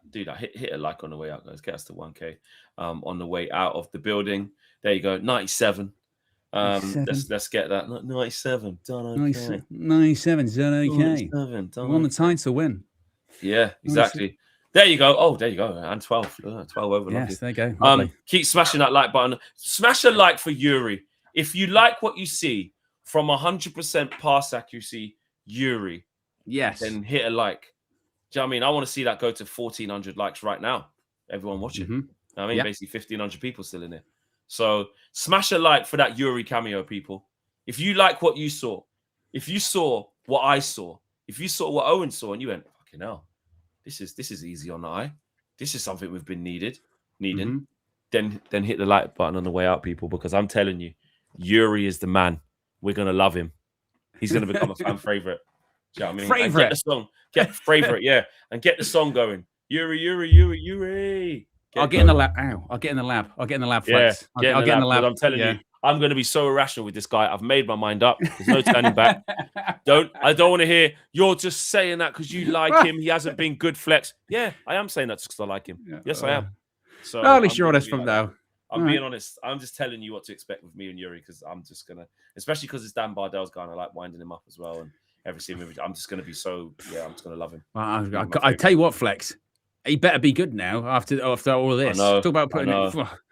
I know. I'm just going early. I'm just going early. This is my one. Very. I don't normally do it. I don't. Do you know what I mean? I haven't done this since Varane, probably, but he's just my favorite. Yeah. So, now he's retired. Yeah. Now he's retired. Yeah. Needs to stay at Man United. That's why. See. We wouldn't have let him retire. We'd have been fine. All right, guys. Big up yourselves, man. Have a blessed evening, whatever you are doing. Yes. There'll be a Flex's View tomorrow. Check it out. Don't know what it's going to be about. I'll wait and see what the news is, mate. Yuri. Yeah, I'll see you then. Thanks for watching the live stream. And we will be back with another video for you very soon. Enjoy your evening, guys. Take care. Peace.